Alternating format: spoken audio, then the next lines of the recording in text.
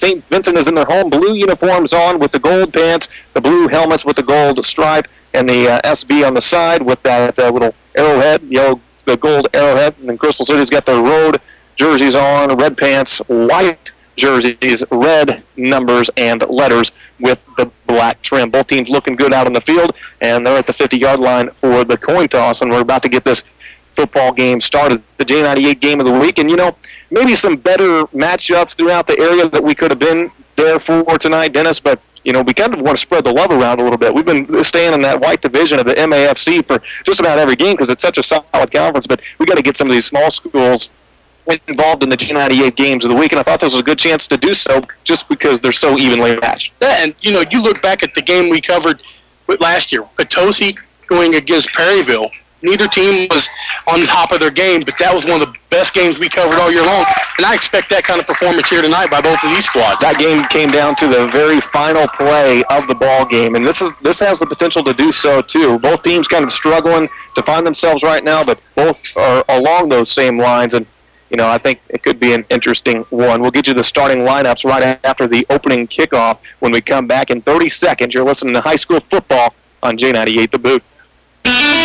Gifford Lumber Company in Farmington. Hi, this is Andy X with Gifford Lumber Company in Farmington. Did you know at Gifford Lumber we've got more than just wood? We've got tools, trash bags, cleaning supplies, and furnace filters. And did you know at Gifford Lumber we sell trash cans, wheelbarrows, plumbing supplies, and we even repair window and door screens? And did you know we sharpen mower blades, saw blades, and knives? We've got more than just wood at Gifford Lumber. Stop by and see us on Potosi Street in Farmington. Hometown proud.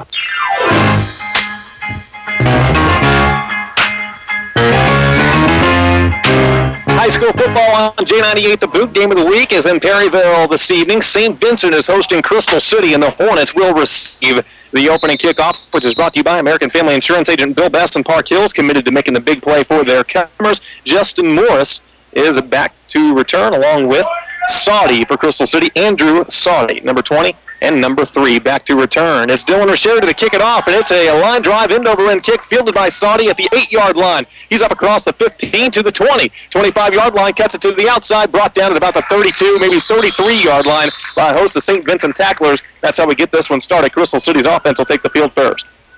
There was a nice hole open up right there for Saudi to try to get through, but it closed really quickly by the St. Vincent special teams unit. Starters tonight brought to you by Midwest Convenient Care, and the starting quarterback for Crystal City, he's a sophomore at 6 foot, 182 pounds. This is a young Crystal City offense and defense for that matter. Where's number 17? And Crystal will work from the I formation. 2 backs in the backfield, 1 receiver right, 1 to the left. So Peyton Pollock takes the snap and hands it off to the right side, and this is Morris, and Morris gets a nice carry out to about the 39-yard line for a gain of about 7 there for Morris. Morris was lined up as a tailback. He's listed as the wide receiver. Has a nice burst there. He come through that hole. Nice hole opened up by this offensive line for Crystal City. 2nd down and 3 after the 7-yard carry. Let's get you the rest of those starters. Donovan Williams, a freshman tailback.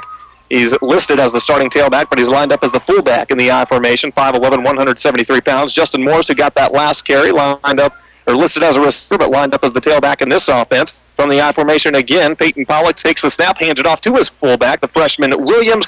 He's going to get up there close to a first down, pushing the pile, just trying to get those 3 yards he needs for the first. It might be a little bit short. He looks like he might be about a half a yard short, but good effort by that young freshman to keep his legs turning there to pick up the yardage that he did. Give Williams 2 yards on that one, so 3rd down and 1 coming up from the 42-yard line. Oh, they're going to do a measurement here. And they're going to bring out the chains. That'll give me a chance to tell you. Joe Ross is the other wide receiver, number 13, a junior. Andrew Saudi at number 20, a sophomore. And Sam Grove, number 32, a senior in the starting lineup for Crystal City. And, Dennis, you were pretty close. They're going to be about an inch, maybe 2 inches short here. That's a chain length short. It's going to be 3rd and inches coming up. Well, that's a manageable 3rd down play if you're Crystal City. That's definitely something to build off of when you've been a struggling offense so far this season. Along that offensive line for Crystal City, Tyler Perry at tackle, Cody Sprague at guard, Jacob Linder at center, Logan Watts at the other guard, and Trevor Short at the other tackle. Those are your starting lineups for the offense, brought to you by Midwest Convenient Care. On 3rd and an inch, under center comes Pollock. Takes the snap, hands it to the tailback, and Morris has a nice hole. It closes quickly, but he picks up the first down. He was brought down by Dylan Rischerity coming up for his linebacker spot, but a good 2 to 3 yard gain to pick up the first. There's a nice play there by the St. Vincent defense to really close down on that line, make that tackle. St. Vincent starting defense, a 5-man front most times for the Indians. Trenton Gramont, a 6'2", 170-pound senior. Robbie Wingerter, a junior. At nose tackle, Josh Mattingly, a junior. Lucas Carroll, a defensive tackle, a senior. And Alex Winkler, the junior, at defensive end. Get to the linebackers in just a bit, but first, the first down play from the 44-yard line. And here is a bobbled handoff. The fullback didn't know he was supposed to get that one, and the quarterback just had to keep it Pollock, and he fell forward, maybe a gain of a yard on that one for the quarterback, Peyton Pollock. Yeah, that was a complete miscommunication there between quarterback and fullback. That quarterback turned to hand it off and just ran right into the young fullback. 7-9 coming up. St. Vincent linebackers, Kevin Mattingly, the junior, Dylan Rischerity, the middle linebacker, a senior, and Levi Gatto, an outside linebacker, a junior. Defensive backfield, Lucas Janet, a senior. Zach Heberly, the safety, is a junior. And Jesse Francis is a senior cornerback. He's got 14 solo tackles so far in the season. 2nd down and 9 from the Crystal City 45-yard line. I formation set, and they'll hand it off to the fullback, Donovan Williams. No, he kept it this time. Kept it to the right side and gets it up to the 50 for a 5-yard gain. Faked it to the fullback, took it right side off tackle to the quarterback. This Crystal City offense, that eye is such a close eye. These running backs are that fullback's about 2 yards off the line of scrimmage, and that tailback's only about 3 yards off the line of scrimmage. So any handoff is a quick, fast exchange. So it makes it difficult for any defensive back or linebacker to notice what's happening. 3rd down and 4 coming in. Sam Grove is the receiver out to the right. He's in the slot. As looks like Crystal City's going to spread them out this time. 4 wide. Grove, Saudy, Ross, and Morris. And Williams the back in the backfield. Here's the shotgun snap. Dropping back to Pollock. Pollock's going to fire out right. Has his man. It's Saudy. He's across the 40 to the 30 at the sideline. Inside the 30 to about the 25-yard line. And that is going to be a first down and a big gain of around 25 yards on the pass and catch.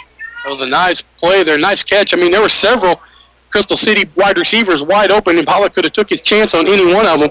But nice move there to hit Saudy and pick up the first down. Andrew Saudy, that's a 23-yard completion for Crystal City. First time they pass the ball on St. Vincent, and they get him for a big gain. 8 minutes and 52 seconds left to go in the first quarter. Takes some time to get the ball spotted, but here we go.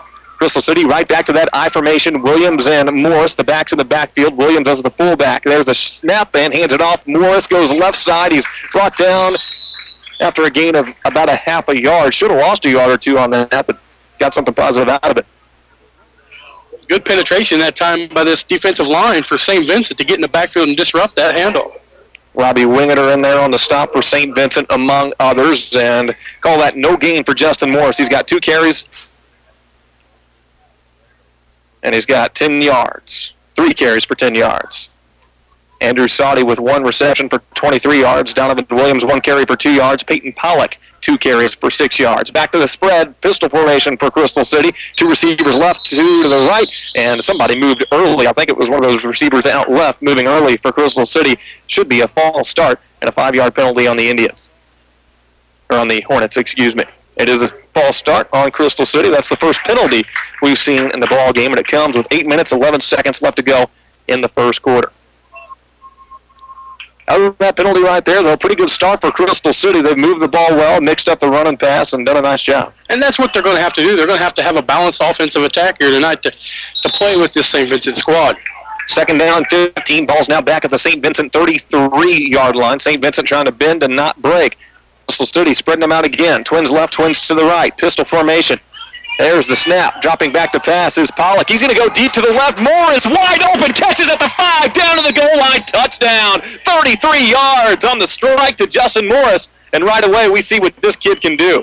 Right there, Crystal City head coach saw that on 2 or 3 plays before. Morris was wide open on that pass play for 23 yards to Saudy. And they went right back to that. They saw Morris open and took full advantage of it. Man, Crystal City's had a tough go of it this year. They started off on the right way on this opening drive. Drive it right down the field, get the 33-yard touchdown pass from Peyton Pollock to Justin Morris. And now the extra point for Crystal City to make it 7-0. Pollock is the holder. The kick is blocked by the St. Vincent special teams. No good. Score remains 6-0 with 7:53 to play in the first quarter. We're back in 1 minute. It's high school football on J98.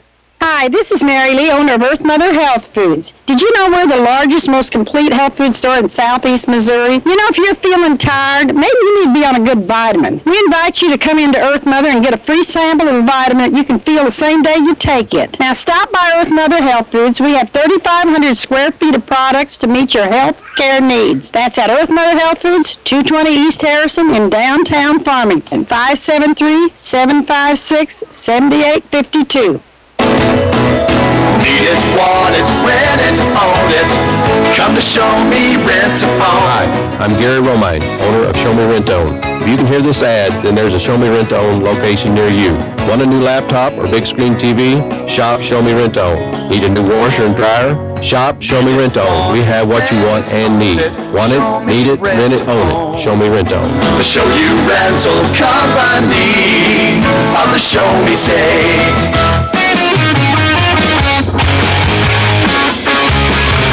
It's a short kickoff fielded by one of the upmen blockers, brought back to the 35 for St. Vincent. On the return, it's Lucas Janet, and gets St. Vincent pretty good starting field position on their first drive, trying to match what Crystal City did on their first drive, which is drive at 70 yards and score. Crystal City looked really impressive on that first drive. They mixed it up good, had a nice balance of running and passing the ball. And I tell you, if that's something to come here tonight, it's going to be a tough matchup here for this St. Vincent team. St. Vincent starts at the 35. Again, starting lineups brought to you by Midwest Convenient Care. And the starting quarterback for St. Vincent is Trent Elder. He's a senior, 675 yards passing, 7 touchdowns, 5 interceptions. He'll start under center with Winkler, the back of the backfield. Winkler's going to get the pitch in, cuts it right up the middle for a gain of about 3 yards. It's out to the 38-yard line. The play happening right in front of us as St. Vincent runs it on first down and picks up 3. He had a hold there for a second, but it closed quick by this speedy defense here for Crystal City. Alex Winkler, 353 yards, 5 touchdowns this year. He's the junior tailback. Dylan Rischerity is the fullback, 36 yards on the season. Trenton Grimaud and Jesse Francis are your wide receivers, both seniors. And Kevin Mattingly is a dynamic tight end. He's a junior. We'll get you the offensive line in just a bit. First, though, it's 2nd down and 7. Twins left for St. Vincent, and a handoff left side to Winkler. And Winkler back to the line of scrimmage, and nothing more. Crystal City's swarming defense gets there. No gain for Winkler. How about that St. Vincent offensive line? Gabe Galati at tackle. He's a 6'1", 184-pound senior. Zach Rowley at guard. Derek Unterreiner at center. Lucas Carroll at the other guard. And Dylan Herman, the 6'4", 200-pound tackle, and he is a senior. On 3rd down and 6, they gave Winkler a yard on that last carry. St. Vincent's going to go to the shotgun with twins left and twins to the right. Trent Elder from his quarterback spot takes the shotgun snap. Straight drop back, has all data pass, but overthrows his man, and it's intercepted. Here comes the return. Up the sideline he goes, all the way to the 20-yard line before being pushed out of bounds. I want to say that was Sam Grove on the pick there, Dan. It was Sam Grove, and I tell you what, it was almost like that ball was thrown to Sam Grove. He read that ball perfectly, just stepped up and caught that ball. And I think that was just miscommunication there between Elder and his receiver out left. I think he wanted his slot receiver to keep running straight up the field. He turned it in on an in route, and then he just threw it right to Grove, who returned it 20-plus yards on the pick, and Crystal City set up again. That's one of those timing route pass plays that you see, and that came so famous by those St. Louis Rams a few years back. And that time, like you said, there was just a miscommunication. It should have went up instead of going out. Crystal City, 1st and 10 from the St. Vincent 19. The Indians are in a bit of trouble here. Twins right, twins to the left. Shotgun snap, and the handoff goes to Donovan Williams, the freshman. He is met immediately and driven back. Rischerity finished him off on the tackle, but somebody else got there first. Well, I try to see who. I think it was Lucas Carroll, defensive tackle, came up and popped him first. Number 64, yeah, it was Lucas Carroll. That was a nice tackle there by that young man, Carroll. So Donovan Williams, freshman tailback, and he's probably going to get a lot of work tonight, but he goes backwards on that carry for a loss of a yard. 2 carries, 1 yard. Here's a drop back pass, and he's going to go right side, and it's in a little out pattern, caught, bobbled but caught for a gain of about 7 yards to the right, and Crystal City gets it up close to the first down markers. Right now, this Crystal City passing attack is looking pretty impressive, Glenn. 3rd down and manageable coming up. 3rd down and 5 after a 6-yard reception on the far side of the field for Crystal City. And that one went to Grove for his first catch. Sam Grove made the interception, makes a catch on offense, and now back to the I formation comes Crystal City. Peyton Pollock will come under center. Donovan Williams, the fullback. Justin Morris, the tailback. Grove is split out right, and Joe Ross is split out to the left. There's the snap. Play action pass. Rolling to his left, firing to the end zone. Overthrows his man. Nearly threw it into the hands of Lucas Janet, the quarterback, on that one. Incomplete. That's Pollock's first incompletion. He's 2 for 3. I tell you, Pollock would have led him that time. It would have been a touchdown, I think, but that time he threw a little bit behind him and up high. Just a little bit off target. Peyton Pollock 3 for 4. Excuse me. He had completed 3 in a row. Completed passes of 23, 33, and 6. And now 4th down and 4. Crystal City's offense staying on the field to go for it and try to punch it in, take advantage of that St. Vincent turnover. Crystal City's committed 1 penalty. Here's the handoff left side, trying to get the edge. It's Morris, flashes the speed to the 10 and lowers his shoulder, takes a big hit at the 6-yard line. That's going to be enough for St. Vincent first down, or for a Crystal City first down, and we're going to get 1st and goal coming up for the Hornets. So Morris, man, when he gets that edge, he is pretty quick. He's turned on his afterburners tonight. He has definitely got some speed. 11-yard carry there for Morris. 21 yards on 4 carries. Back to the I formation. Peyton Pollock is under center. 1 receiver left, 1 out wide right. There's the snap. Hands it off Morris again. He tries the middle this time, maybe a yard or 2 up to about the 5-yard line. That time tackle made by number 67, Josh Hunt. 213-pound junior for the St. Vincent defense. 2nd down and goal from the 5 for Crystal City. Already leading 6-0. They've gotten a big interception of Trent Elder. Set him up at the 19-yard line. Now they're at the 5 trying to punch it in. Joe Ross split out to the left. Sam Grove out to the right. I formation. They've got a new fullback in there. That is Keon Prater. There's the snap. They'll hand it off to Morris. Morris had a hole, but it closed up on him. He gets inside the 5 to about the 3 before being brought down hard. 3rd down and goal coming up under 4 minutes to play first quarter. Vince King, nice tackle coming from that defensive end spot for the St. Vincent Indian team. Closed that hole quickly, Glenn. Well, they're starting to run out of room down here near the end zone. 3rd down and goal from the 3. 3 minutes and 40 seconds left to play first quarter. So Keon Prater stays in the game. He'll be the lone back in the backfield as Crystal City wants to spread him out. Trips to the left and 1 receiver to the right. From the pistol, Pollock takes the snap, fakes a handoff, rolls to his right. He's under pressure, fires to the end zone, overthrew his man. He did good just to get rid of that as he had Robbie Winger.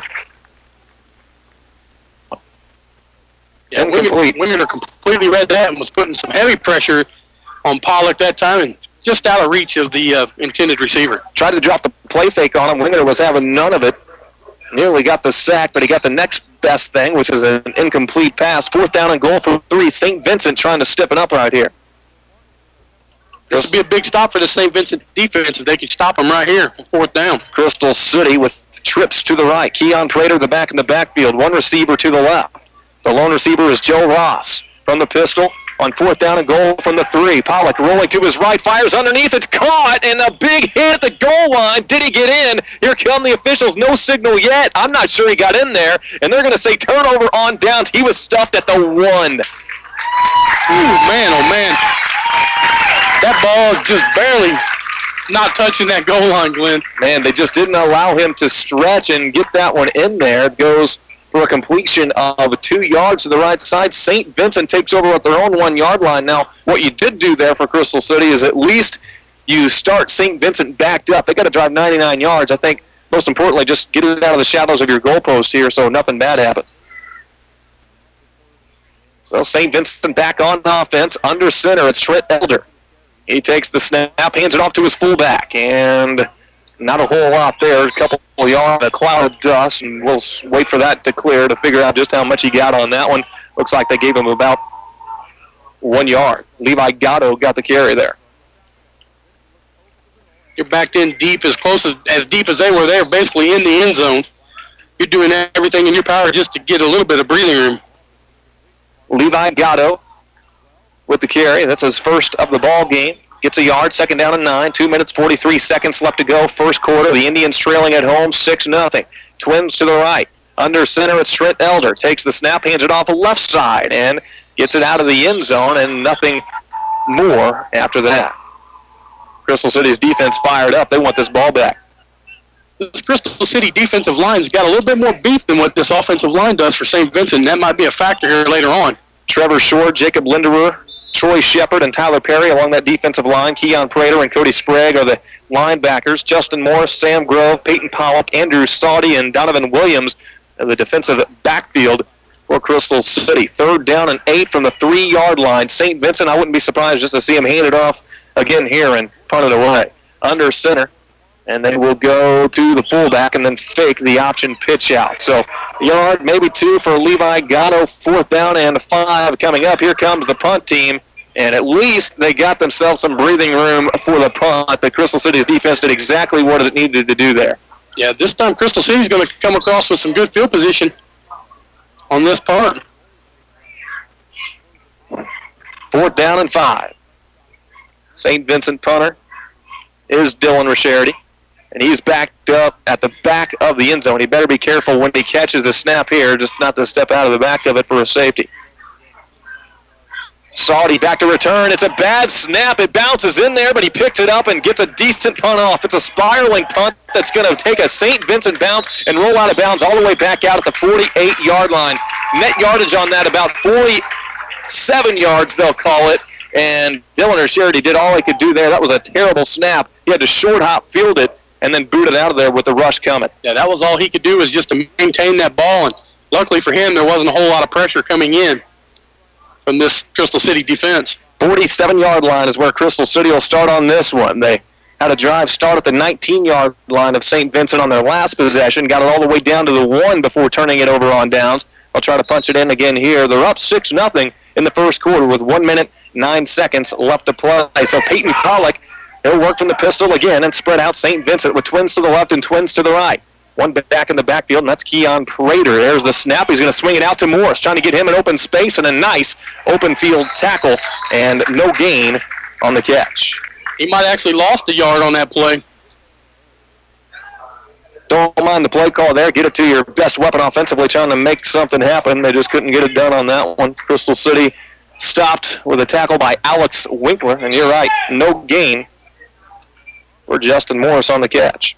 They kind of twisted Morris up there. He kind of come out and might have sprained a hand or something real quick. He'll be back in, though. Looks like it's nothing too serious. How about this for Crystal City? Prater and Williams in the backfield right now, both freshmen. Williams will be lined up as the fullback. Prater is the deep back. One receiver right, one receiver to the left. Under center, here comes Pollock. Pollock takes the snap, and he's just a sophomore. Hands it off to Prater. Prater tries the left side, puts his shoulder down, gets about a 2-yard carry up to the 45-yard line. St. Vincent defensive front doing a good job filling those gaps. Yeah, every bit of running here tonight. So with both teams, it's been a tough go. 2 yards for Prater makes it 3rd down and 8 coming up, and that's going to be the final play of the first quarter. It's a 6-0 Crystal City lead after 1, and we're back in 1 minute with a second. You're listening to High School Football, Kickin' Country, J98 The Boot.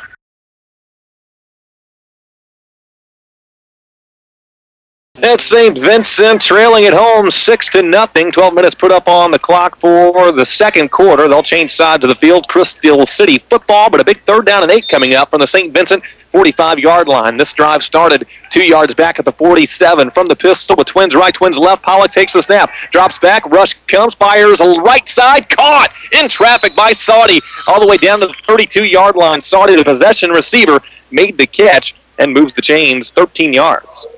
Pollock so far is looking pretty sharp. He's missed a couple pass plays here, but he was under some pressure. But, I mean, when he's had some time, he's put the ball right there where his receivers can get it. And what a football name, Peyton Pollock. Peyton Pollock, that is a good one. You know. 36 yards receiving for Saudy on 2 catches, 40 yards receiving for Morris on 3 catches. Sam Grove has 1 catch for 6 yards. 1st down and 10 from the 31-yard line. Here's a pitch to Justin Morris. He tried to go up the middle, which isn't quite his strength. His is more trying to find the edge, and he was brought down immediately. Lucas Janet coming all the way up in the corner spot to eventually finish him off on that one. That time, St. Vincent must have knew something was coming up the middle, because they had every linebacker almost about a foot off of the defensive lineman's behind.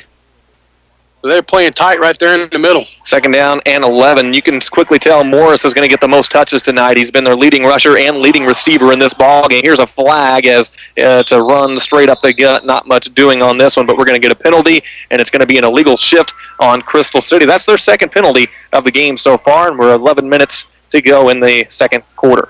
That ball was snapped, and no one was ready for it, and I think that's exactly when the flag came out.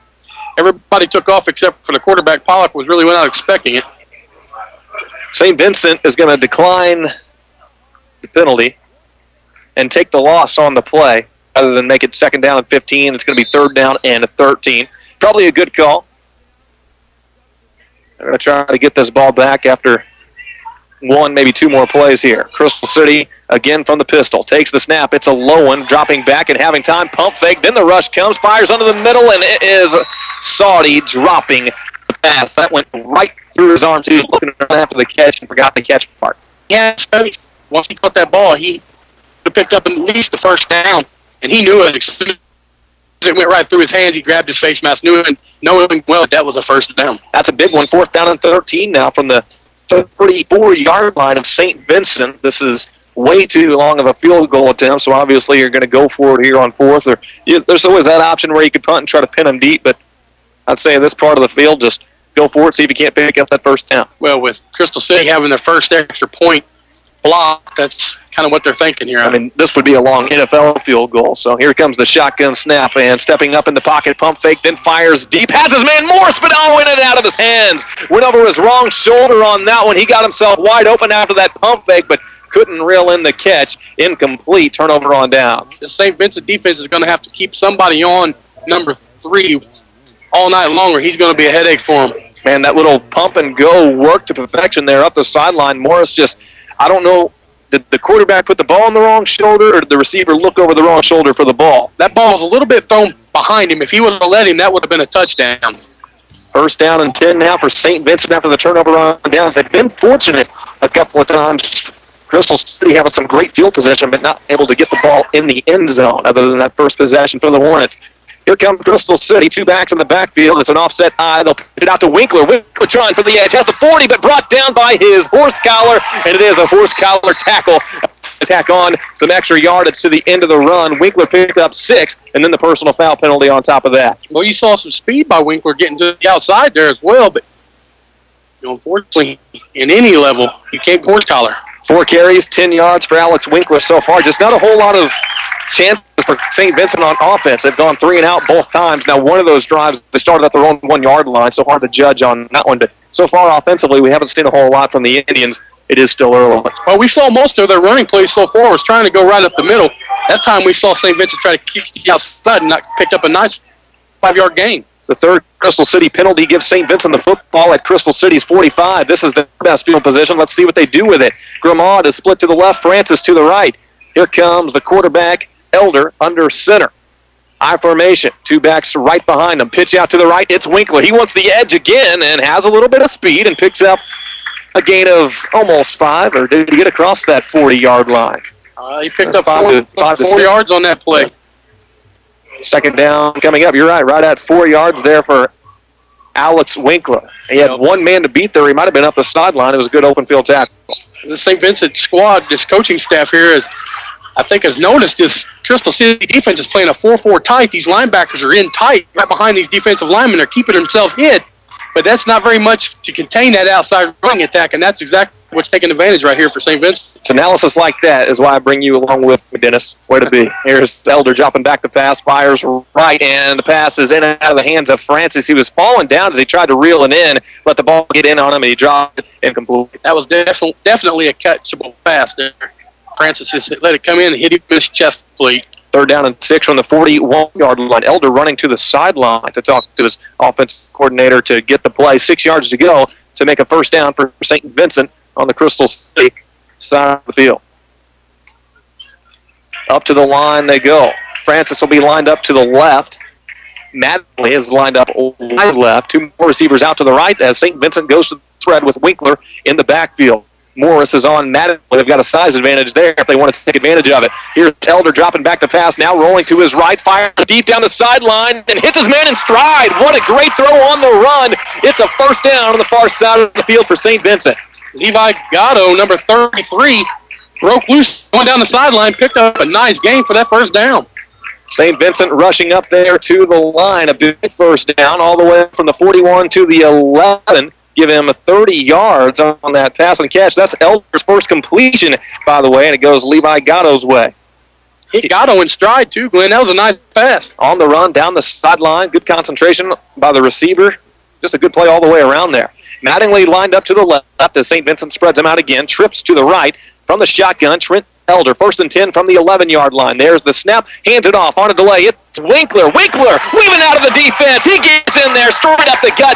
Touchdown, St. Vincent ties it up with 9 minutes and 22 seconds to play in the second. That offensive line did a nice job initially, but that was all Winkler once he got through the first line of defense, because he kept his head up, juked to the inside, juked back to the outside, jumped over high steps. Somebody ran it right in the end zone. That didn't even get touched. Dylan Rasher, we've seen his excellent kickoff so far here tonight. Let's see how he does on extra points. This would put St. Vincent up by a point here at home. Elder is the holder. There's the snap. It's a good one. The hold is there. The kick is up, and it looks perfect. That was as good a kick as we've seen all season. It comes from St. Vincent's Dylan Rasherity. It's 7-6. Indians on top of Crystal City. 9:22 to play in the half. I understand we have an update from Festus. Let's go ahead and go out to Luke Turnbow. Here at Festus High School, and the Tigers strike first late in the first quarter with just 6 seconds to go. It was a 51-yard drive, capped off by a big 18-yard run by Corey Carr into the corner of the end zone. Extra point good. Tigers on top of North County here as the first quarter expires, 7-0. 7-0 ball game there. We've got a 7-6 ball game here in Perryville. St. Vincent has just taken a 7-6 lead after a 65-yard drive. Is capped off by an 11-yard touchdown run by Alex Winkler, set up by a big 30-yard pass and catch from Trent Elder to Levi Gatto in Crystal City. Set to get the football back. 9 minutes, 22 seconds to play first half. It's been entertaining so far. That was the best drive we saw so far for this St. Vincent team. They did some changes on that last drive. It was their third drive. Here's another nice kick from Dylan Rasherity. Line drive kick fielded by Saudi back at the 5-yard line. He's going to try to weave throughout the defense. Cannot do it. He's brought down by Robbie Wingeter at the 22-yard line for a return of 17 yards. Crystal City's offense will take the field. It's hard to make anything happen when you come to a complete stop to try to change your direction. And that's exactly what happened there for Saudi. First down and 10, Crystal City Hornets. Now trailing by a single point. We got us a game here tonight, folks. Looking to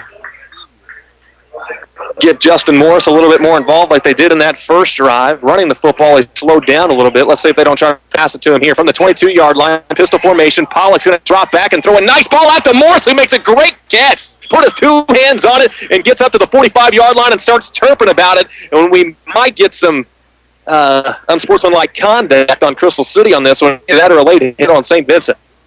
We do have some laundry on the field. I tell you, that time Pollock had Saudi was coming across the middle wide open. There wasn't even a person within 10 yards of him. That was a 22-yard reception for Justin Morris. The officials are getting together to talk about the penalty. Crystal City has been the more penalized team in this game so far, and it is going to be on St. Vincent for a personal foul. So it's a late hit, 22-yard catch for Morris will stand, and then tack on another 15 yards on top of that. That's the first penalty of the night for this Vincent squad too, right? Yes, it is. So the 22-yard catch by Morris. He's up to 62 yards on 4 catches in the ball game. And yeah, St. Vincent had turned the ball over once, and now have committed their first penalty in the game. Crystal City's committed 3 penalties, but have not turned the ball over other than 2 turnovers on downs. First down and 10 from the 40 now of St. Vincent. Here's Pollock throwing out right, just overthrew his man for Sam Grove on an out route, incomplete pass. Stepping up in the pocket, throwing on a run there. That'll tend to happen, just put a little too much air under it. That time Grove stopped, just hesitated for just an instant, and that was just enough to make that ball float over his head. Well, this sophomore quarterback for Crystal City, Coach Wyke, hasn't hesitated to let him pass it. He's attempted 12 passes so far in the first half. And he's done a fair fairly good job of looking at all of his receivers, checking down, but he knows where his go-to man and Morris is. He's completed 7 of those 12. No interceptions to this point. 2nd down and 10 from the 40. From the pistol again. Here comes the snap. Drops back to pass. Has Wingeter coming right at him, and he's going to overthrow his man running wide open down the field. He was looking for Saudi, but big Robbie Wingeter coming right at you, and I'd get for that football too. That was one right there that Pollock wished he had back because he had that young man, Saudi, wide open. Maybe that clock in his head ran out a little bit too quick. I think he had time to plant his foot, step up, probably took a big hit, but the way it was, he just kind of rushed the throw and overthrew his man. Right now, these Crystal City receivers are just completely dominating as far as getting open from this secondary unit, this St. Vincent team. Yeah, the only thing is St. Vincent defensive line has done a good job getting back there and getting in the face of Pollock, and that's kind of saving the defensive backs right now. You're exactly right. 3rd down and 10 from the 40. There's the snap, and here comes Pollock again. A little more time this time. Again, overthrows his man, and that time he had all day to throw, but threw it over the head of Saudi. Incomplete, and 4th down coming up. I don't know what happened on that one. Just threw it too high. That's one of those things we talk about it all the time. We give somebody praise, and then something happens like that. It's like, but he's done a good job so far tonight. Just been a little high in the last couple pass plays. Right after we praised him, he went 0 for 3 on his next 3 pass attempts. So that'll tend to happen. 4th down and 10.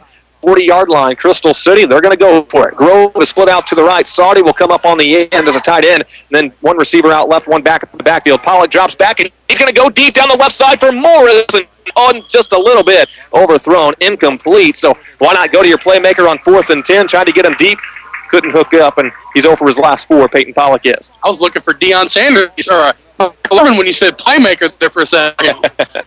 He was a playmaker. Don't even doubt that. Oh, man. 1st down and 10 from the 40-yard line. St. Vincent takes over on downs. And the Indians on that last drive drove it 65 yards, punched it in with an 11-yard run by Winkler. By the way, for Winkler, that was his 6th touchdown rushing of the year. 7th total touchdown. He also got one catching the football. Came into this game with 353 yards on the ground. Francis lineup left, one receiver out right, high formation Elder from the 40-yard line. And we're going to get a false start. This is going to go on the fullback, Levi Gatto. Flinched that left shoulder there, and he knew the snap count, but jumped too early. We'll see if St. Vincent can take advantage of these linebackers for Crystal City. I mean, they're bunched up. I'm just sitting up here looking at them. They're bunched up. They're not broke down into a football stance. They're standing there. Flat-footed? Yeah, they're just flat-footed, and that's why you're seeing just, St. Vincent's squad that last drive hit the edge and pick up the yardage that they did. St. Vincent beating them to the attack right now. Well, here's a pitch out to Winkler, and Winkler was beaten to the edge this time by Donovan Williams, forced him back inside. He was able to get up to the 37-yard line to get something positive on the game. Actually, not even positive. Yeah, about 2 yards on that after the penalty. So 2nd down and 13 for Winkler. But, man, Williams sure beat him to the edge on that one. Yeah, that time you had some penetration there. That makes a big difference when you have some of them linemen get in your face. 2-yard run by Winkler makes it 2nd down and 13. So Crystal City has quickly realized that they like that pitch out to Winkler. Now St. Vincent's going to spread them out. One back in the backfield is Gatto, trips to the left, and now we're going to get, a timeout. St. Vincent, Coach Sauer and company want to talk about this one with 8 minutes and 2 seconds left to go first half, 7-6. St. Vincent leads at Crystal City in this Jefferson County Conference matchup. It's a game that's brought to you by Make It Personal in Farmington, Pro Care Automotive in Bonterre, Benning Ford in Fredericktown, Earth Mother Health Foods, Brand Concrete in Farmington, Gifford Company in Farmington, Midwest Convenient Care in Farmington and Bonterre, Hood's Discount Home Center in Farmington. Again, last check from the Luke Turnbull game, Festus, North County. I believe he said it was Festus with the lead in that one, 7-0 over the North County Raiders. Those updates are brought to you by Kernan in Bonterre, along with Jefferson Regional Memorial Hospital in Festus, and Lucas Smith Chrysler in Festus. St. Vincent in the middle of the timeout, holding a 7-6 lead over Crystal City with 8:02 to play in the first half. 2nd down and 13, and the Indians are at their 37-yard line. We saw Crystal City strike first with a big pass play. It went 33 yards to Justin Morris from Peyton Pollock. St. Vincent, 2 possessions later, answered back with a 65-yard drive, a big 30-yard pass and catch from Trent Elder to Levi Gatto, set up an 11-yard touchdown run from Alex Winkler. Crystal City goes turns it over on downs on their next possession, and now St. Vincent's trying to stretch their lead. Timeout wants to a close. Grimaud and Francis will be lined up to the right. Winkler split out as a receiver to the left, and one back in the backfield is Gatto. Under center, Elder on 2nd and 13 takes the snap, and it's a straight drop back pass. Has time. He's going to fire deep. Looking for Winkler. Oh, just overthrew him. He got the matchup he wanted, one-on-one Winkler versus Grove, but the pass just wasn't there. Yeah, you could read that play all the way from the get-go. Winkler was out here, had a man on him, but it was about 10 yards off and into the inside of his linebacker spot. And there's no way you're going to have good coverage coming from a linebacker on Winkler. 3rd down and 13 from the 37-yard line. So Trent Elder probably going to see him trying to drop a pass on this one. He's 1 for 4 passing with an interception, but a big 30-yard completion. Mattingly lined up to the right and trips to the left. Winkler, Francis, and Grimaud. Gatto's the backfield. Winkler comes in motion, and he's going to get the handoff. He'll have the edge. Has some good blocks there. Cuts it up the right sideline, but a flag comes in. Going to be probably a hold here against St. Vincent. We'll check it as of right now. About 4th and 7 before the penalty. To me, that offensive lineman got his hands outside the frame of the bodywork there. Yeah, that's going to be called a hold almost every time. They are pointing St. Vincent's way here. Decision to make if you're Crystal City. Do you back them up with 3rd and about 23, or do you decline the penalty and take the 4th down and 7 right around midfield? I'd back them up. You have Winkler that's been getting at least 5 yards a pop coming on that outside route. Who knows? You might be able to pick up that 7. Coach White disagrees with you. He chose to decline, so the carry for about 6 yards there for Winkler will stand. And 4th down coming up. 4th down and 7 from the 43-yard line. And St. Vincent's going to change personnel. Dylan Richard is going to come out and punt this one away. Right decision. I didn't throw in the field position. Sorry about that, folks. 7 minutes, 33 seconds to go first half, and there's the low snap again. That might be a problem for St. Vincent tonight, but Dylan Richard, pretty good as a kicker as he is, a pretty good punter too. Boots off a pretty nice one, bounces at the 25-yard line, picked up, but he's brought down immediately. It's Saudi, brought down by St. Vincent's Vince King. That was a gutsy move there by number 20, Salty, to catch that ball and run. Because he had a lot of St. Vincent special teamers right in his face. Well, anytime something like that, you can muff the ball or something. It could have been bad for Crystal City. High school football on KTJJ-FM, Farmington Festus, Crystal City, Perryville, as it's Crystal City trailing 7-6, but they've got the football back on their own 25-yard line, and the Hornets looking for a 75-yard drive. Taking Pollock, the quarterback. Looks like they're going to work from a spread formation here with an empty backfield. How about 4 receivers out left, 1 to the right, and from the shotgun, it's Peyton Pollock, the sophomore quarterback. He'll take the snap. Here comes a blitz from St. Vincent. They fire underneath, and it is nearly intercepted. A flag comes in, and we'll see what this call is. This could be the 3rd St. Vincent penalty. They were trying that little quick screen to Morris out there. In my vantage point, it looked like Winkler jumped across and almost picked that thing off, and then I saw Morris with the football after that flag came in, so I don't know if it skipped in there and he caught it or... They waved that flag off, no penalty. But second down. He just about had that INT. That was a good read. Over his last 5 now is Peyton Pollock. His last completion was a 22-yard pass to Justin Morris, and it was a nice catch. Second down and 10 from the 25.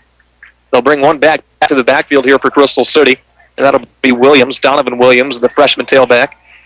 He's the back behind the quarterback in the pistol. 2 receivers left, 2 to the right. Dropping back to pass is Pollock. Steps up the pocket and fires deep, and this was on target to Morris, who rolls it in. He hauled it in. It was like a punt. He caught it in his gut, but he makes the catch across the 50 all the way down to about the 41-yard line. Well, that's been a big connection for Crystal City tonight. Where's that been all season long? 34 yards from Peyton Pollock to Justin Morris moves the chains. First down and 10 from the 41-yard line now. And, man, you're right about that connection. Morris with catches of 7, 33, 22, and 34 in this ballgame. And if St. Vincent's being outplayed on their defensive side of the ball, it's in their secondary right now. They have no answer for him and Saudi. And even Sam Grove. And Pollock's has defensive linemen in his face. Here's a delayed handoff instead. It's going to be a penalty. I think they're going to get one of those Crystal City linemen jumping off sides on this one for a false start. It is. Crystal City's fourth penalty backs them up 5 yards. That'll put them at St. Vincent's 46 rather than the 41. 6 minutes, 54 seconds left to go in the half. I understand an update from Luke Turnbow is ready to come in. We will not quite go to that one yet. We'll wait till we have a break in the action, but that one's coming up. We knew that would be a good game up there in Festus between the Tigers and the Raiders. Yeah, I mean, you have North County coming off a big win for their school, beating Farmington, who they haven't beaten in years. 7 years. In outstanding fashion. There's the pistol snap. Goes to Pollock. Pollock fires the out route. There's Morris again. Shakes off a tackle at the 40. Hit hard from behind. Crown collision into the game right there as he's brought down inside 35 to about the 33-yard line. Gain of 13 yards. Peyton Pollock moves the chains again to Justin Morris. You're right, Glenn. 33.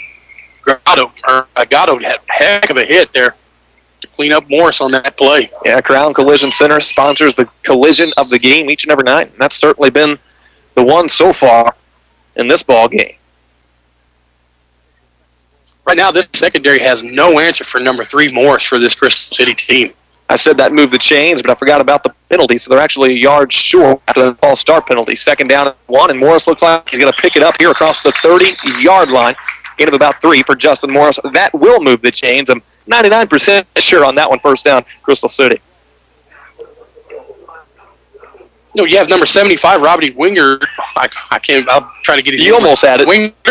Robbie Wingeter. Wingeter has been in the backfield all night long, giving Pollock some troubles. But I mean, if he could get a little bit of help from this defensive backfield, I mean, you might have something going here for this defense for St. Vincent. Why don't you leave these Perryville names to me? Okay. 1st down and 10 from the 30-yard line for Crystal City. One back in the backfield, pistol formation, trips to the left and one receiver to the right. There's the snap, and Pollock has time, fires to the right. Possession, catch, Salty. Wow. Boxed his man out and made the catch, got it up to the 10-yard line. That was a 20-yard reception by Saudy. Dangerous throw, but Saudy made the nice grab. I tell you what, we could have almost saw a Monday night play there because that could have been what do they call it, a possession at the same time. Simultaneous possession. Because Jesse Francis had his hands on the ball as well.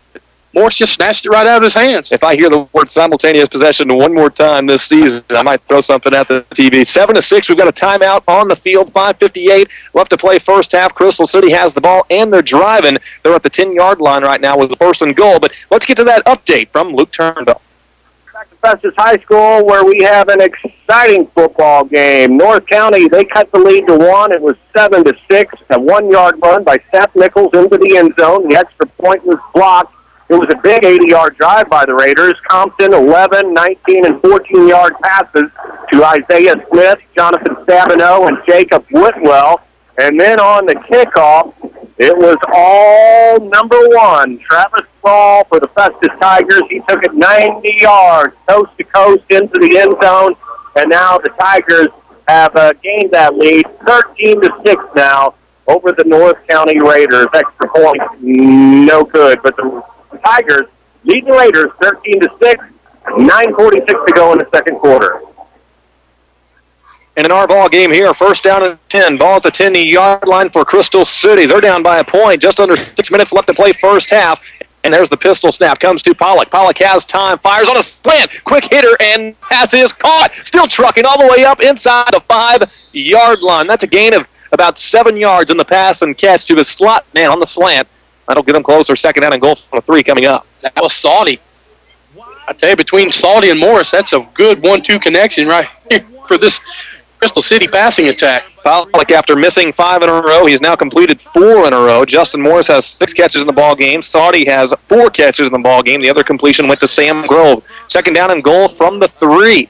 So Crystal City, they like to spread you out. Let's see what the look is going to be here down by the goal line. They're going to run up to the line of scrimmage with a more power set. The I formation. Morris is the deep back. 1 receiver right, 1 to the left. They'll pitch it out, though, to Morris. Morris trying to get the edge. Made 1 man miss, but can't make them all miss. Eventually, Gramad will bring him down for a loss. It's going to be 3rd down and goal back near the 10-yard line. Morris went east to west, not north to south, losing 3 yards. That was a textbook play for a defensive end right there that Gramad just had. He kicked Morris back to the inside so he could get some help from his defensive linebackers. Good job there by that young defensive end. So 3rd down and goal, 6-yard line for Crystal City. Crystal City has turned the ball over on downs a couple of times here tonight. St. Vincent can force another one back here by their own goal line, it would be huge. One back in the backfield, it's Williams. There's the shotgun snap, and he's going to try outright incomplete. Overthrows Sam Grove. A lot of blue jerseys in that area. Look at that one. And breaks a streak, 4 straight completed by Peyton Pollock. You're right, Glenn. They've turned over the ball on the goal line. One, yeah. He's ready to punch it in. Just, and what happened there, his knee was down and the ball just wasn't extended across the goal line. And for Crystal City, you have to punch it in here with 4:27 left in the half. This is a big, big play in this ball game right now. 4th down and goal, 6-yard line. Crystal City again going to go for it, try to get it in there. From the pistol, Pollock. Donovan Williams is the back. 3 receivers left, 1 to the right. Saudi is the receiver to the right. Play fake, and he tries to dump it off to Saudi. He makes the catch. It's going to take an open field tackle to stop him. Breaks off 1 hit, but then he is blasted. Another crown collision of the game right there by Levi Gatto. And he was stopped short of the goal line. Levi Gatto came up and got him kind of a defenseless play right there as he stood up, and Gatto finished him off and punished him to the turf. As a defensive player, you love those. But you know what? So far, Gatto's got both of our crown collision hits that we have in contention for this because he's cleaned up 2 hits now. Man, it was going to take a big open field tackle by Winkler there to stop him. He stood him up for Gatto to finish him off. That was a big defensive play. They get 2 yards on the catch from Peyton Pollock to Andrew Saudi, but couldn't get in the end zone again. St. Vincent, again, you got to be careful here. 4 minutes, 19 seconds left to go, and you're backed up at your own 4-yard line. Under center is Elder, and Elder's going to keep it on a quarterback sneak. He's up across the 5 to about the 6-yard line. I think he picked up 2 on that one to Trent Elder. That last pass play for Crystal City, they had Saudi. If he would have just went up into the post, that would have been 6 because there was no linebacker covering the middle of the field or no safety in the middle of the field at that time. Instead, they kicked it to the outside. Yeah, kind of played it right into the hands of St. Vincent. That's where they had all their defenders. Especially Winkler was in the position there. They could have cut inside of Winkler on that one up toward the post, like you said. Yeah, probably going to get 6 points on that one. Winkler's the playmaker on defense. 2nd down and 8, 6-yard line. And now St. Vincent spreads them out with an empty backfield. Man comes in motion man carry, and he'll cut it in the middle up to about the 8, 9-yard line. Gain of about 3 yards on the carry. Winkler coming in motion. Winkler hasn't had a whole lot of big gains today, but he's been consistent. His biggest run was the touchdown run of 11 yards. That was his 6th carry. Since then, he's gotten 11 yards on 3 carries after that. That time, big number 72, Tyler Perry, and I'm not talking about the comedian, made that stop. We're not talking about Diary of a Mad Black Woman here? No. 3rd down and 5. Looks like a little confusion on offense for St. Vincent. Wrong guy goes in motion here. Now another guy comes in motion, and they'll fake it to him. Elder on the fake, takes it to the right side. Oh, he gets the edge. He's got the 1st down. Makes Pollock miss. He's up the sideline, then slides down for a big gain up across the 35 to about the 37-yard line. 28 yards on the ground by Elder, and he made most of that happen himself with a couple of nice little head-fake juke moves. That was a heads-up. That was an awesome play design there by Coach Paul Sauer. He had one man go in motion. Yeah, turned around, had the guy go in motion on the opposite side of the field. The Crystal City team thought that ball was going to the outside, and that quarterback kept it going right up the middle. Had a wide open hole, then he kicked it to the outside, picked up the nice gain. 1st down and 10 now for St. Vincent. Now they're away from their own end zone. They can go to work. Elder drops back to pass, fires underneath out to the right side. This is Francis making the catch. Those plays like we just saw the last couple plays leading up to this one, that's what's going to help the St. Vincent team out. I mean, you're getting a little bit of balance. You're back and keeping this Crystal City team honest. Make them have to play the pass as well as the run. Trent Elder, he's only completed 2. That one goes for 4 yards to Jesse Francis, 2nd down and 6 at the 34-yard line. St. Vincent with twins to the left and twins to the right. One back in the backfield. The slot receiver to the left here is Francis. Split out wide left. There's the snap. Dropping pass, little shoulder pump fake, and fires too far ahead of Francis. 3 Crystal City defenders there. Not one of them came up with the ball. That was a dangerous throw. Yeah, you don't want to thread the needle, try to get it into Francis when Francis really wasn't even expecting that pass. You could tell the way he lined up. I don't know if it was because he wore himself out on the play before, but that time he was just a little fatigued. You could tell coming off the line of scrimmage. Didn't even really run his route to the full speed. 3rd down and 6 from their own 34-yard line now for St. Vincent. We're down to 2 minutes, 33 seconds to play. in the first half. St. Vincent has escaped Crystal City scoring on 3 different occasions, forcing turnovers on downs. There's the shotgun snap. Fix it to Winkler, who is the man in motion, takes it himself across the 35 to about the 36. Going to be 4th down and 4 coming up as Elder picks up 2. Ooh, we got some laundry on the field. We got a little extracurricular after the play between 32 for Crystal City and number 89. Grimaud and Grove going at it after the play. I think they're going to go with Grimaud here. You know, I don't know what happened there. But I tell you, Crystal City just pulled. You're right, it is on Grimaud. It is personal foul. Trenton Grimaud. So rather than 4th down and about 4, it's going to make it 4th and I'd say 19. Coach Mark pulled Grove over to the sideline and told him we better ship it up. 3rd penalty on St. Vincent. So City's committed 4. I think there's just a little bit of a bump by Grimaud there.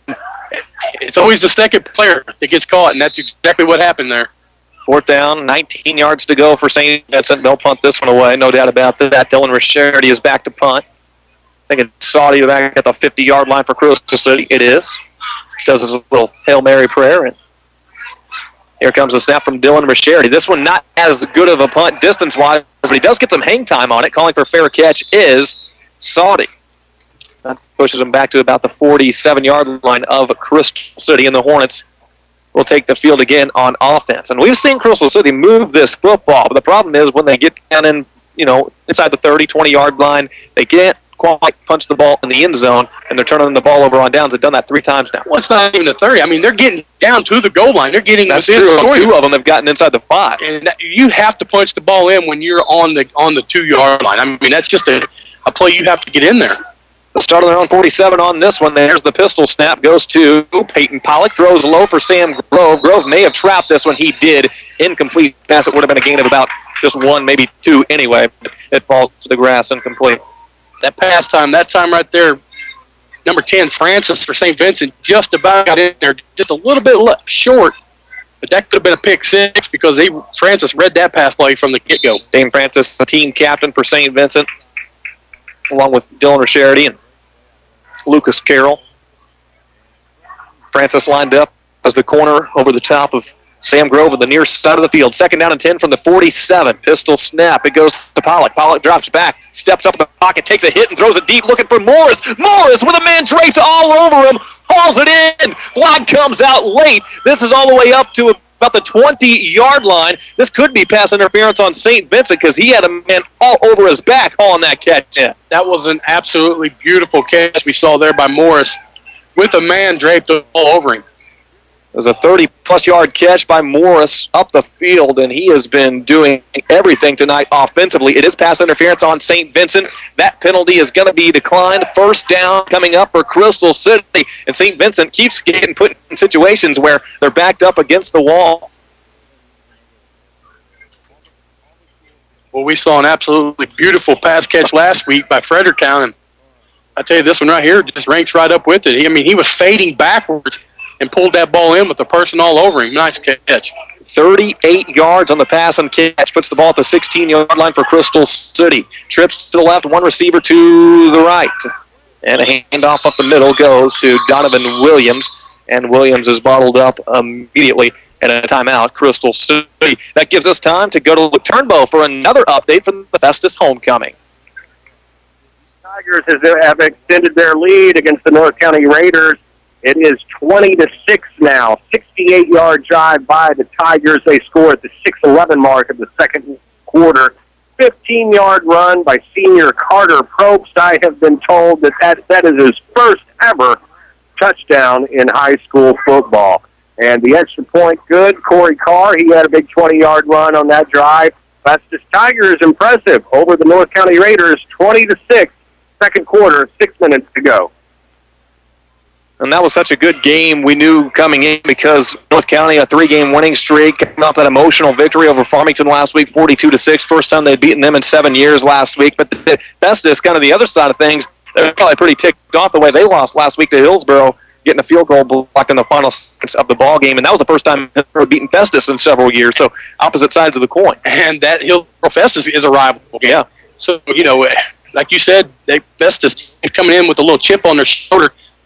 But I tell you, that North County squad with a big win last week, they're flying high. So that's a good game. Raiders down by 2 scores right now, but don't count them out. They're a pretty good ball club. Those updates, by the way, brought to you by Kernan Auto Body in Bonne Terre, Jefferson Regional Memorial Hospital in Festus, and Lucas Smith Chrysler Center in Festus. Here's a handoff right side. Or no, it's a play fake, and he's going to go to Donovan Williams, and Williams gets inside the 10 up to about the 5, call it the 6-yard line. You never guess who made that stop. Number 33, Levi Gatto. He's been everywhere defensively tonight, hasn't he? He's a good tackler there for this young St. Vincent squad. That's about an 8-yard catch there for Donovan Williams, making it 3rd down and short, less than a yard. First time Williams has made a catch today. Peyton Pollock has made 25 pass attempts and another timeout with a minute 25 left to go. 3rd down and 1 inside the 10-yard line for St. Vincent. 7-6. It's the Indians up by a single point, but again, we've seen it on the last 3 possessions. Turnover on downs. Once you get it inside the 10-yard line, can St. Vincent make yet another stop? And how big is this storyline starting to maybe get inside Crystal City's heads that, man, we just can't seem to score once we're down here? Well, Crystal City kind of gets away from what they got them down there. Morris has been their go-to guy getting down the field. That's someone you're going to have to look for. They try to kick it to him on the outside with a running play, but that's not what got him there. It got him there with Morris on a pass. So I look for a quick screen possibly to Morris to get in the end zone here. It's kind of like he's getting lost in the shuffle when he's down there inside the 5-yard line. It does get harder to score once you're down there, no doubt about that. 3rd down and 1. And here's the snap, keeping it right up the middle, and, well, just a big pile up here, and we'll just have to let the officials tell us whether or not he was able to get the first down. Looks like he was able to move the chains, and it's going to be 1st down and goal from the 5-yard line. How big would it be for either one of these teams? I mean, it's huge. Crystal City needs to punch this ball in going in with a minute 20 left at the half. But how big would it be for St. Vincent to shut them down yet again with a minute 15 left in the half? Well, power set here for Crystal City. 3 backs in the backfield. The 3rd man through Morris. Morris has a hole, but he's tripped up. Ball comes out. Now, I think they're going to say he was down at about the 2-yard line. That ball sure came out of there. St. Vincent says they have it. And do the refs say they have it? The fans say they have it, and they're going to change personnel. That's a fumble, and St. Vincent comes away with the football, and turnover number 1 by Crystal City. Morris coughed it up. Ouch. With a minute left, huge. That's a huge stop by this St. Vincent team. Man, 3 turnovers on downs, and then the straight turnover on the fumble by Justin Morris, and that's a kid that has been so special for you tonight. He's the one who fumbles the football, the senior wide receiver and running back, and pretty much do it all. A player for Crystal City. So now the Hornets go back on defense. By the way, St. Vincent recovered that ball at the 1-yard line, so nothing's guaranteed here. I just got a text. It looks like Fredericktown's trailing Maplewood 21-20, and I'm not sure if that's halftime yet or not. We'll confirm on that here in a little bit. We'll get you that halftime scoreboard coming up soon. St. Vincent just took the ball away from Crystal City on a Justin Morris fumble inside the 5-yard line. And here comes the Indian offense. Or did they overrule that? Looks like they've overruled the call now. Crystal City's got their offense back on the field. Oh, my. It was tough to see exactly who come up with the ball under that scrum.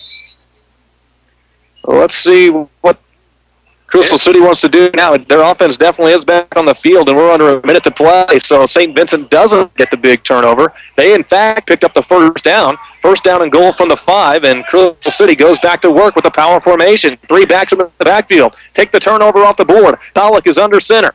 He takes the snap, hands it off. They want Morris again. Morris stretches inside the 5-yard line. He's going to be a little bit short of the 1st down, about a couple on that one. They're going to have to pick up their pace, though. We only have 35 seconds left in this. Crystal City called a timeout. 2nd down and goal from the 3-yard line. So that's a turn of events. Looked like Crystal City had turned the football over. St. Vincent, the whole crowd, everybody thought that was the case. Officials come in, turn that call over. So a second chance for Crystal City, second down and goal from the 3 with 33 seconds left here. And again, you know, they are going away from what got them down here, but it almost seems like they're playing it pretty safe, going to that power run formation, just trying to stuff one in right now with those young running backs. And so far tonight, it's been a tough road to hoe going right up the middle on both of these teams running a game. So I look for somebody to stretch the field and try to kick it to the corner to get anything happening on a running attack here. 33 seconds counting to go in this first half. It's been a competitive one so far. St. Vincent's defense has bent, but not broken a whole lot tonight, giving up just the 6 points. They've really only had one drive offensively, the Indians. That has been worth noting. That was that 65-yard drive capped off by Alex Winkler. Defenses have played well.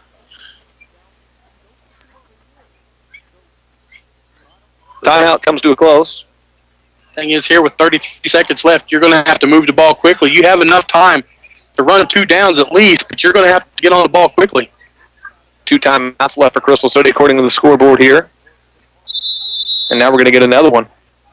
St. Vincent wants the timeout this time with 33 seconds on the clock. We'll take a break during this one. It's a 7-6 lead for St. Vincent with 33 seconds left in the first half. We're back in 30 on J98. Midwest Orthopedics Group with Dr. Scott Van Ness and Dr. Christopher Sloan are orthopedic surgeons and podiatrists who offer total joint replacements, arthroscopic surgery, carpal tunnel, fracture care, workman's compensation cases, foot care, and surgery. And new patients are welcome. All surgery and care done locally in Farmington. That's Midwest Orthopedics Group, just down from Buffalo Wild Wings in the Midwest Professional Building in Farmington. Midwest Orthopedics Group. It's 7-6. A couple of timeouts back here for Crystal City and St. Vincent. St. Vincent's holding on to a 1-point lead. Crystal City with a second down and goal, though, from the 3-yard line. Trying to go on top before the halftime break. Festus leading North County 20-13. We'll get you that Luke Turnbow update shortly. Also, Herculaneum over Grandview 28-0. Farmington leading Cape Central Dennis 20-13 on KRAI. Man, that's in the second quarter. Second down and goal from the 3, from the pistol. Here is Pollock. Pollock's hit a quick hitter slant, and it's caught. Is he in? Yes, touchdown. Crystal City takes the lead with 28 seconds left to go in the half. And it went to number 3, Morris. Justin Morris with his second touchdown grab of the night. He's got both of them tonight for Crystal City. So Crystal City is able to finally punch one in down there in tight. The thing that hurts this St. Vincent team is Morris is so fast. You can't come up and just give him a chuck right off the line of scrimmage because he'll beat you with your speed. But when you're only on the goal line, you're going to have to do something there to kind of knock him off his rhythm. That made it 12-7. Hornets on top. Crystal City is going to go for 2. They'll use 4 receivers right, 1 receiver to the left with an empty backfield. Pollock sends a man in motion. It's Morris. Morris gets the handoff, looking for the edge. A hole opens up for him. He cuts up inside. It stretches. He's in there. 2-point conversion. A nice play.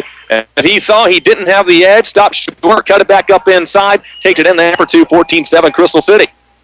This is a nice play. You kind of read that. You knew Morris was going to come across. Now, interrupt myself. Morris is kind of limping off the field here. He looks like he's grabbing an ankle.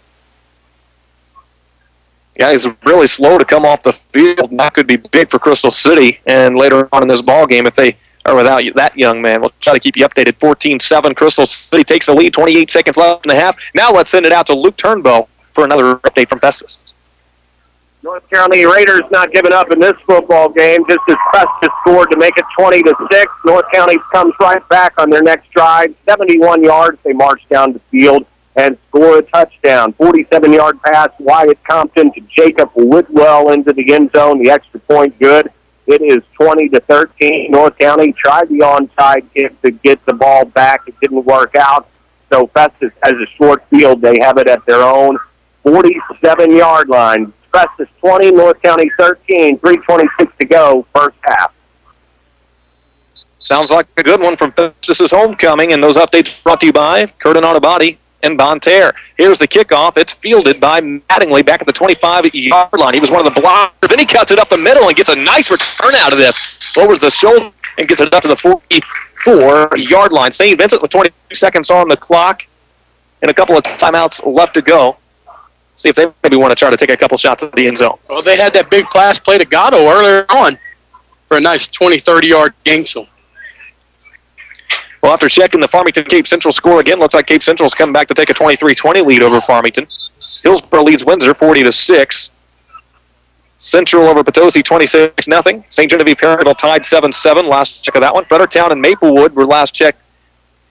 We're tied 14-14, but Dennis, I think you had a more updated score from earlier. Here's a catch outright, but the receiver went down immediately after making that catch. Looks like he tweaked something in the leg. Levi Gatto, and back-to-back plays just about.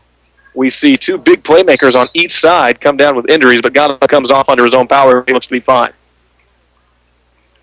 Gatto makes a 3-yard catch on a quick out route from Trent Elder. And that's the end of the first half. They let the clock wind all the way down. It's a 14-7 lead for Crystal City over St. Vincent. Crystal City looking for that second win of the season and first conference win as we go to halftime. In the J98 game of the week, we have a 14-7 ball game so far. Crystal City leads it by a touchdown, and they could have a whole lot more if they didn't turn the ball over on downs 3 times inside the 20-yard line for St. Vincent, 2 of them inside the 5-yard line. And that's big. I mean, that St. Vincent defense come up huge when their backs were pinned against the wall and got that on that one play. The ball was, I don't even know how it didn't cross the goal line. It was close. It was probably touching, but, I mean, good defensive stand there by St. Vincent.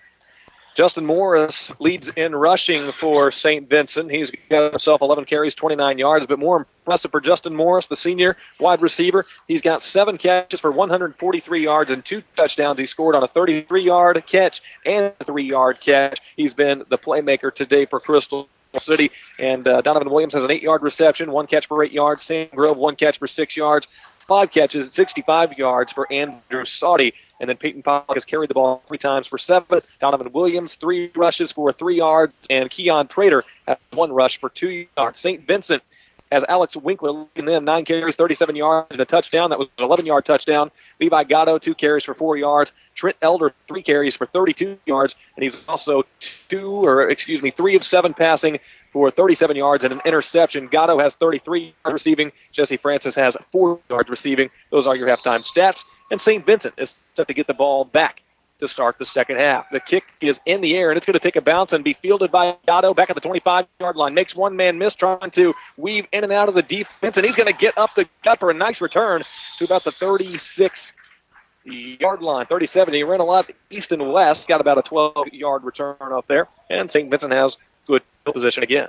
I think a key to be for this Crystal City team, because that last play of the first half, Morris come off the field limping, so we'll see what happens with him as the second half starts. And then Levi Gatto also came off the field limping in that first half, but we saw him out there for the kick return, so he seems to be fine, and he's out there as the lone back in the backfield on this first possession of the second half for St. Vincent, trailing 14-7, 11:51 left to go in the third quarter. They'll start this drive at their own 36-yard line.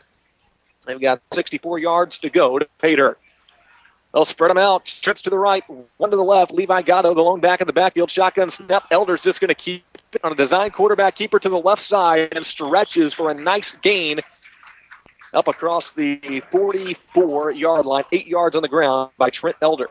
Elder looked good in the later part of that first half when he took the ball and kicked that quarterback keeper right up the middle. Yeah, that was a 28-yard run at that point. He's up to 40 yards and 4 carries. I can do that math. That's 10 yards to carry.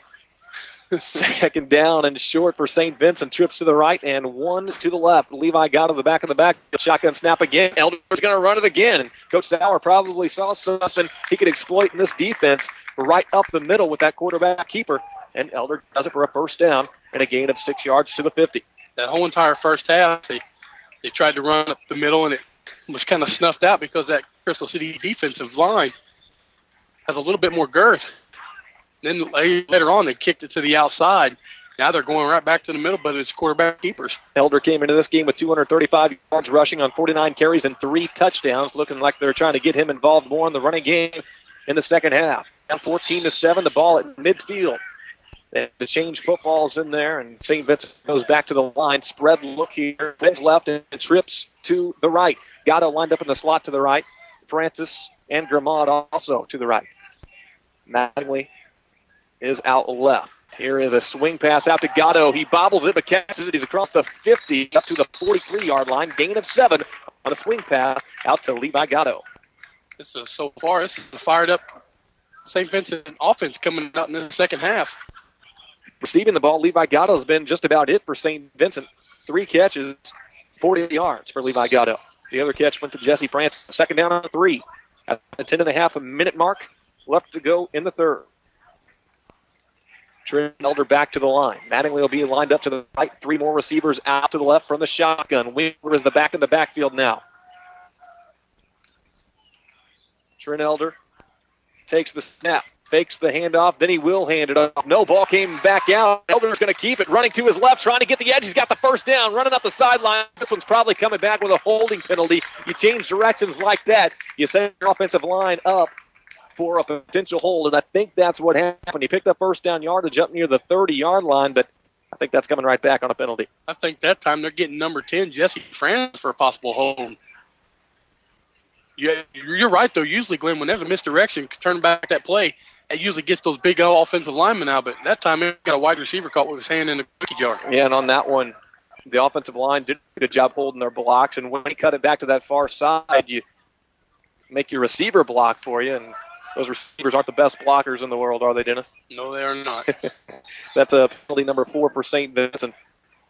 Dennis is a former lineman, just so you know. Second down and 11, 49-yard line for St. Vincent, as that 4th penalty backs him up. Twins left, twins right. Shotgun snap Elder. He's got time all day, as a matter of fact. Fires out deep to a wide-open Mattingly. Catches at the 20. Then he's face mask. Penalty comes in, and that face mask by Pollock probably saved a touchdown because Mattingly had him beat. That was plain as day. I mean, this crowd even knew it right from when it happened. Huge play. That was the first time this Crystal City team has been beat that big. 34 yards on the catch to Mattingly. That was his first reception of the ball game, and a little bit better thrown pass, and he would have been gone because Mattingly just had him burned. The underthrown pass allowed Pollock to come up and make the tackle, but even then he had to face mask to get him down because he just did not have the position. That's going to be a half the distance to the goal situation here, and it's going to be 1st and goal for the St. Vincent Indians. That's penalty number 5 on Crystal City. And the penalty department has been pretty close. Crystal City has now committed 1 more than St. Vincent. They'll put it at the 8-yard line. 1st and goal from the 8 after the penalty.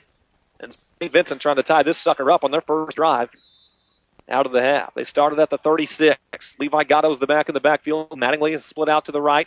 Trips to the left. Winkler, Francis, and Gramont in that order to the left side of the formation. Gatto is the back, and he stands to the left of Trent Elder. Elder takes the snap and is going to run right in behind Gatto, straight up the middle. He's hit, spins off of a tackle to get it up near that goal line. He's a little bit short, I think, all the way down to the 1-yard line. We're going to mark him on that. That little extra spin move got him a couple of extra yards towards the end zone. Elder's looked really good coming out in this starting in this second half. This is what they needed all game long from this young man, and he's on fire so far, passing the ball and keeping it. Carried the ball 3 times this half, 21 yards on those 3 carries. Second down and a goal from the 1-yard line. St. Vincent, all they got to do is sneeze on the football to get it across. Under center, here comes Elder. Got it with Winkler, or the backs in the backfield from the eye. Elder keeps it over the middle on the quarterback for stretches. He's in. Touchdown. Elder finishes it off, and rightfully so, because he's the reason they got down there. They sneezed and got that ball in, Glenn. 1 yard run, Trent Elder, and a possible tie ball game as Rasherity comes on for the extra point. It was a 64-yard drive, and St. Vincent really just cut through this Crystal City defense like they weren't even there. 14-13, Rasherity on to tie it up.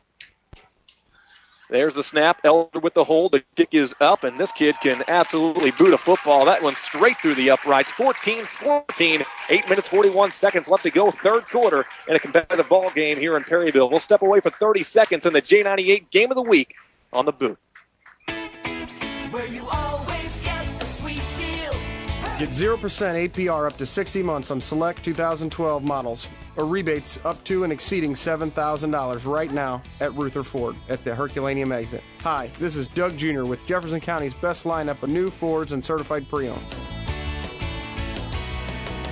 where you always get a sweet deal. Rutherford, Ruther.com. Right now, at Rutherford, we have a new stable of 2013 Mustangs, plus new 2013 Escapes, and the new 2013 Fusions are on the way. Plus, just in at Rutherford is the new 2013 Focus ST with the all-new 2-liter EcoBoost engine. Plus, our recent summer savings produced a terrific selection of pre-owned vehicles as well. Remember, Rutherford is proud to be tops in the region in customer satisfaction. We are Rutherford, I-55 at the Herculaneum Auto Mall exit. Rutherford, Ruther.com.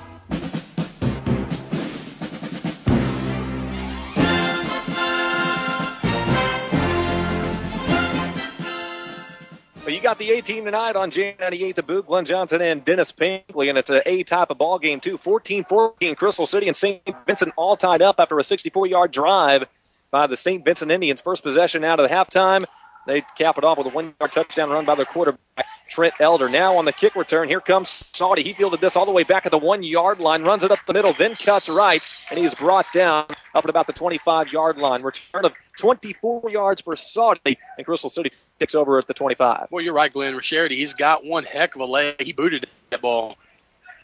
He's been showing it off tonight, not only kicking the football, but punting the football as well. He's the kicker and punter, and you can see why with the leg that he's got. He's also a pretty good linebacker and fullback for St. Vincent, although they haven't used it a whole lot on offense tonight with Levi Gatto getting bulk of the carries from the fullback position.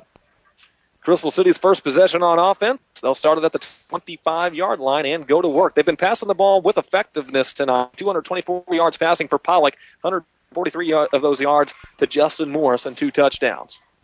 Morris is lined up in the slot to the left. Pistol formation. Here's the fake handoff, and no, they gave it off to Donovan Williams, and he's going to get the first down up across the 35 to about the 36-yard line. Gain of 11 before Dane Francis really threw him down hard. That's the best run of the night so far for that young freshman Williams. By far, his best carry before that one was 2 yards. He's got 13 yards now on 4 carries as Donovan Williams. First down and 10 from the 36-yard line, Crystal City side of the field. Grove and Ross along with Morris split out to the left in this pistol formation for Crystal City. One more receivers out to the right. That's Saudy. One back in the backfield is Donovan Williams, and they will hand it off to him. Actually faked that handoff, and Pollock pulled the ball back out and ran to his right. That St. Vincent D-line blew that play up. I think Williams was supposed to get the ball, but once he was stuffed, he just took the ball back out and got positive yards to the right side. Pollock's hands was still on the ball, and when Williams got nailed, and he's like, heck with it, I'm just keeping it myself. At least got a little bit of positive yards out of it. Yeah, 2 yards. He's got 9 yards now on 4 carries. Just Peyton Pollock, the sophomore quarterback, who's played with some poise tonight. He's airmailed a couple of passes tonight, but he's kind of been streaky. He'll complete 3, then miss 4 or 5, then complete 4 or 5 more. He's played pretty well, though. Second down and 8, 37-yard line now for Crystal City. There's the snap. He's dropping back to pass. He's going to fire over the middle. Oh, dangerous pass, nearly intercepted. I think Kevin Mattingly got a hand on that one. Not even sure who he was going to on there. When Pollock goes across the middle with his passes, I've noticed they've been really flat trajectory passes. That's pretty dangerous when you've got some defensive linebackers that could get their hands up and possibly, just like Mattingly right there, I think he did get that ball. Third down and 8, 7 minutes, 21 seconds to go, third quarter. St. Vincent drove down on their first possession at a halftime and scored to tie this game up 14-14. Crystal City is looking for the answer. Got a big third down conversion to make here. Saudy split out to the right, trips to the left.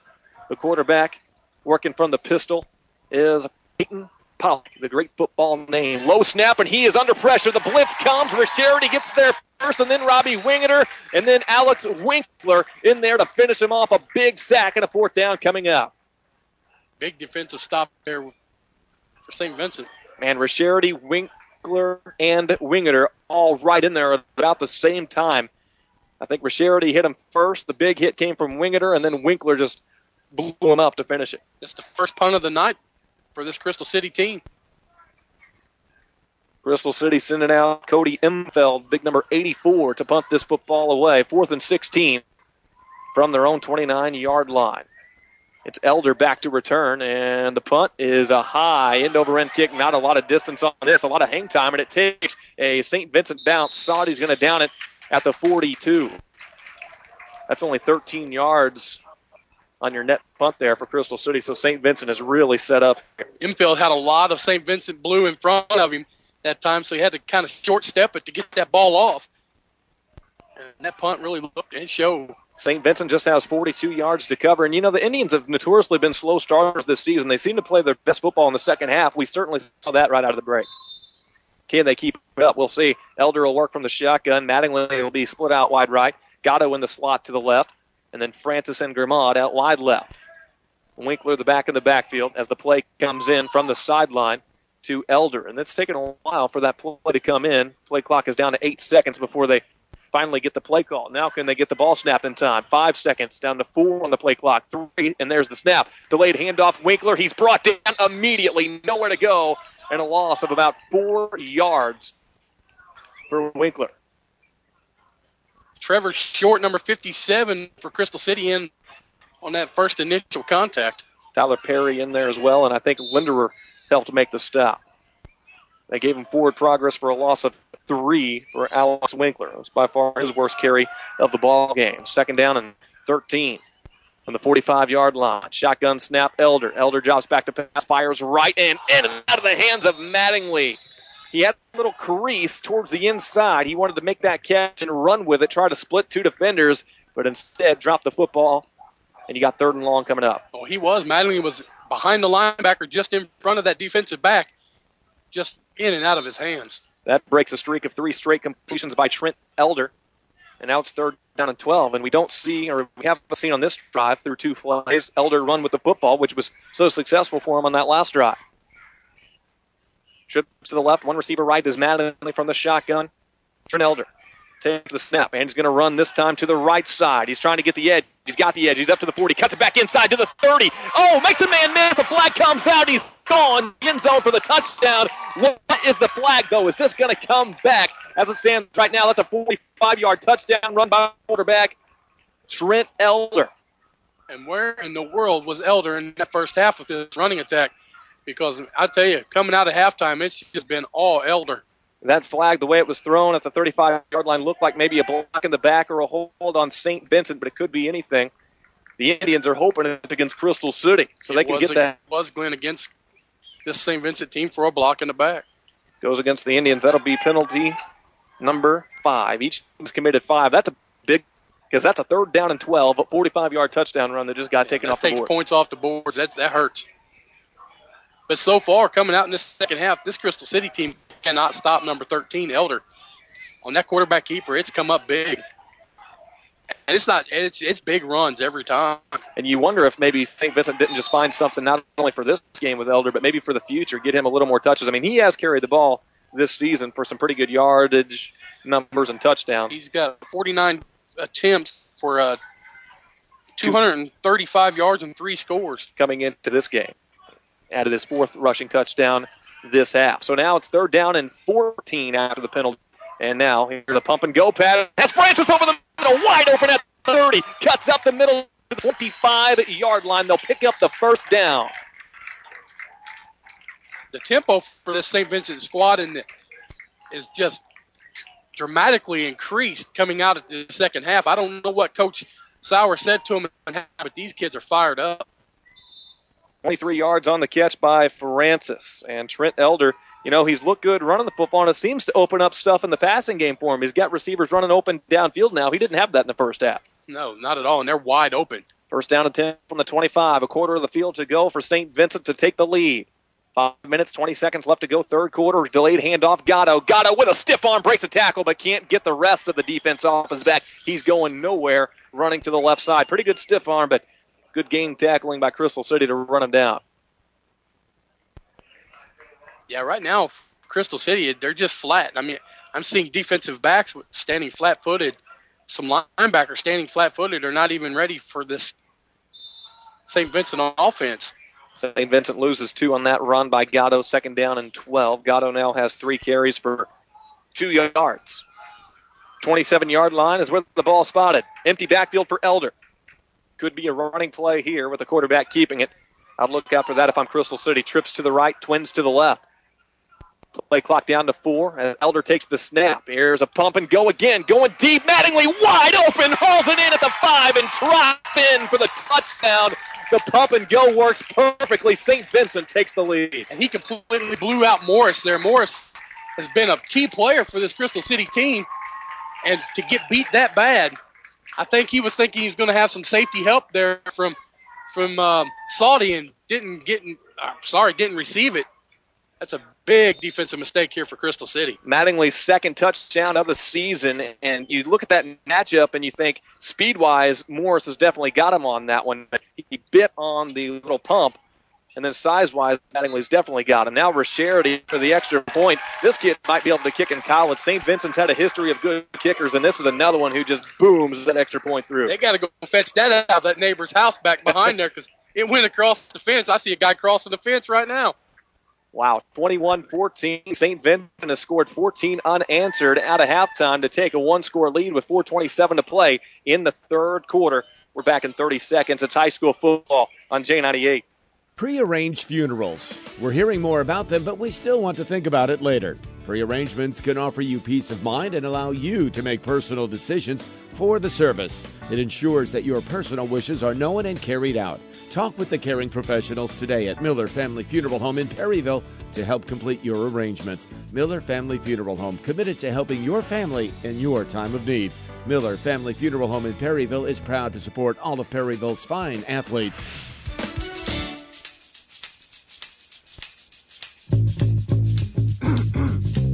Well, you set yourself up with a 42-yard drive there, a short field to cover 42 yards. And St. Vincent finished it off with a 27-yard touchdown pass from Elder to Mattingly.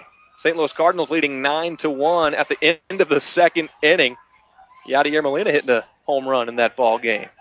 Here's the kickoff. Crystal City's going to field it and just fall on it back at the 21-yard line, and the Hornets will take over. So a good night for the St. Louis Cardinals. If they hold on to that lead, the edge even closer to that final wild card spot. We were talking before we came out, that one-game playoff is next Friday? So that end of the year in baseball is approaching. Remember, this time last year, we were hoping the Cardinals could make that final push to grab that wild card spot and get in. Of course, there was only one wild card last year. Now it's looking like they'll be able to hold on, but can they make the run they did last year? Should be fun. I hope so. I'm actually home this time. I watched that World Series in Mexico. So Dennis does pyrotechnics when he's not part of the A team, right? I do, and it was quite enjoyable, let me tell you. First down and 10 from the 21-yard line for Crystal City. Now they trail by a touchdown with 4:27 left to play in the third quarter. There's the pistol snap, handoff. Nope, the handoff. It's Pollock and running right, but St. Vincent's been ready for that. For the most part, he's not going to get much on the carry. It's almost like we saw a complete reversal of what took place in the first half. This Crystal City team's coming out and they're trying to run the ball a little more, where St. Vincent's airing it out, and it's just a tale of two teams here. Second down and 8 after the 2-yard run by Peyton Pollock. We have an update ready from Luke Turnbow from Festus. We'll get to that as soon as we can, but right now we don't want to break away from this action in a one-score game from Perryville, 21-14, St. Vincent. Crystal City with the football. They'll go back to the pistol. Twins left, twins to the right. Donovan Williams is the deep back in the backfield. There's the snap. Pollock drops back, fires deep right side. Some contact there. I do not see a flag. Incomplete. Looked like Francis maybe got some body on the receiver there. But that's good. Let these officials let them play. That's going to happen. But you're right. It was a little bump. There was some contact, but I would agree with the call. I don't think I would throw that one either. Third down and 8 from the 23. Now Crystal City is going to have to convert. And you see Justin Morris as he's lining up out left. He's not the same player he was in that first half. He's a little bit gimpy out there, favoring 1 foot. There's the pistol snap again. Pollock rolling out to his right. Under some pressure, fires deep, underthrows his man. A couple of defenders there, Rischerity and Francis in coverage. Incomplete. Fourth down coming up, and I think a Crystal City punt is on the way. Well, that time had number 75, Wingeter, right in the face of Pollock again. I mean, Wingeter's playing some good football there, coming from that defensive tackle spot for the St. Vincent team. And for Wingeter, he is the left defensive tackle on most snaps, but they'll rotate him around a little bit. And now it's Imfeld to punt. This is his second punt of the night. This one's a little bit better. It's a wobbler that's fielded at the 48-yard line, this time by Dylan Rascherity. So St. Vincent's offense back on the field. Last time they had this good field position, they marched right down and scored. They'll try to do it again 6 yards further back at the 48 this time. You know, Glenn, this is where when Crystal City couldn't get those into the end zone, this is what's coming back to haunt them. I mean, this has been Crystal City's downfall all year long. But I tell you, to be that close and not be able to punch it in, it's really going to jump back to bite them because it's hard to stop the St. Vincent team so far coming out in the second half. 3 separate occasions turning the ball over on downs deep in St. Vincent territory before punching it in on the 4th one right before halftime. But St. Vincent has grabbed all that momentum right back, leading by a score. And from the shotgun, Trent Elder goes to work again. He has found a running game in the second half. He takes the snap and fakes the handoff. Winkler going to run to the right. And the lineman might have gotten away with a hold here. He takes it all the way to the 41-yard line for a gain of about 7 yards. I was looking at Zach Rowley, who might have got away with a hold, but the Indians will take it. 7-yard run for Elder. Yeah, right now they have no solution for this young man coming out of the backfield as a quarterback. 2nd down and 3, 41-yard line. Man, we're getting backed up on the Luke Turnbow update, so we'll have to really get caught up. Next break in action. Apparently a lot of scoring going on up there in Festus for the homecoming for the Tigers. 2 minutes and 50 seconds left to go, third quarter. St. Vincent trying to add to a 1-score lead. Mattingly split out right. Trips to the left. Gatto the back in the backfield. Fake a handoff to him. Play action pass. Fires deep, and the ball is incomplete. Just a little bit underthrown. Saudi might have got a hand on it. Winkler couldn't haul it in. Sliding, trying to make a basket catch. In and out of the breadbasket, no good. I think that hand of Saudi, if he didn't touch it, just getting in the face, that time broke that play up. And that could have been a big, big play. And I think Saudi just got enough on that one, or like you said, screened the ball from him to where he couldn't see it. That could have been a huge play. Instead, it's a big defensive play for Crystal City. 3rd and 3 from the 41. Same formation from the shotgun. Trips left, one receiver to the right. There's the shotgun snap to Elder. Elder has all day, fires a quick hitter out to Mattingly. Makes the catch at the 30, pushed out of bounds at about the 29-yard line, first down. You know, that first half, Mattingly, you didn't even hear of him. The second half, he's come out and he's been solid.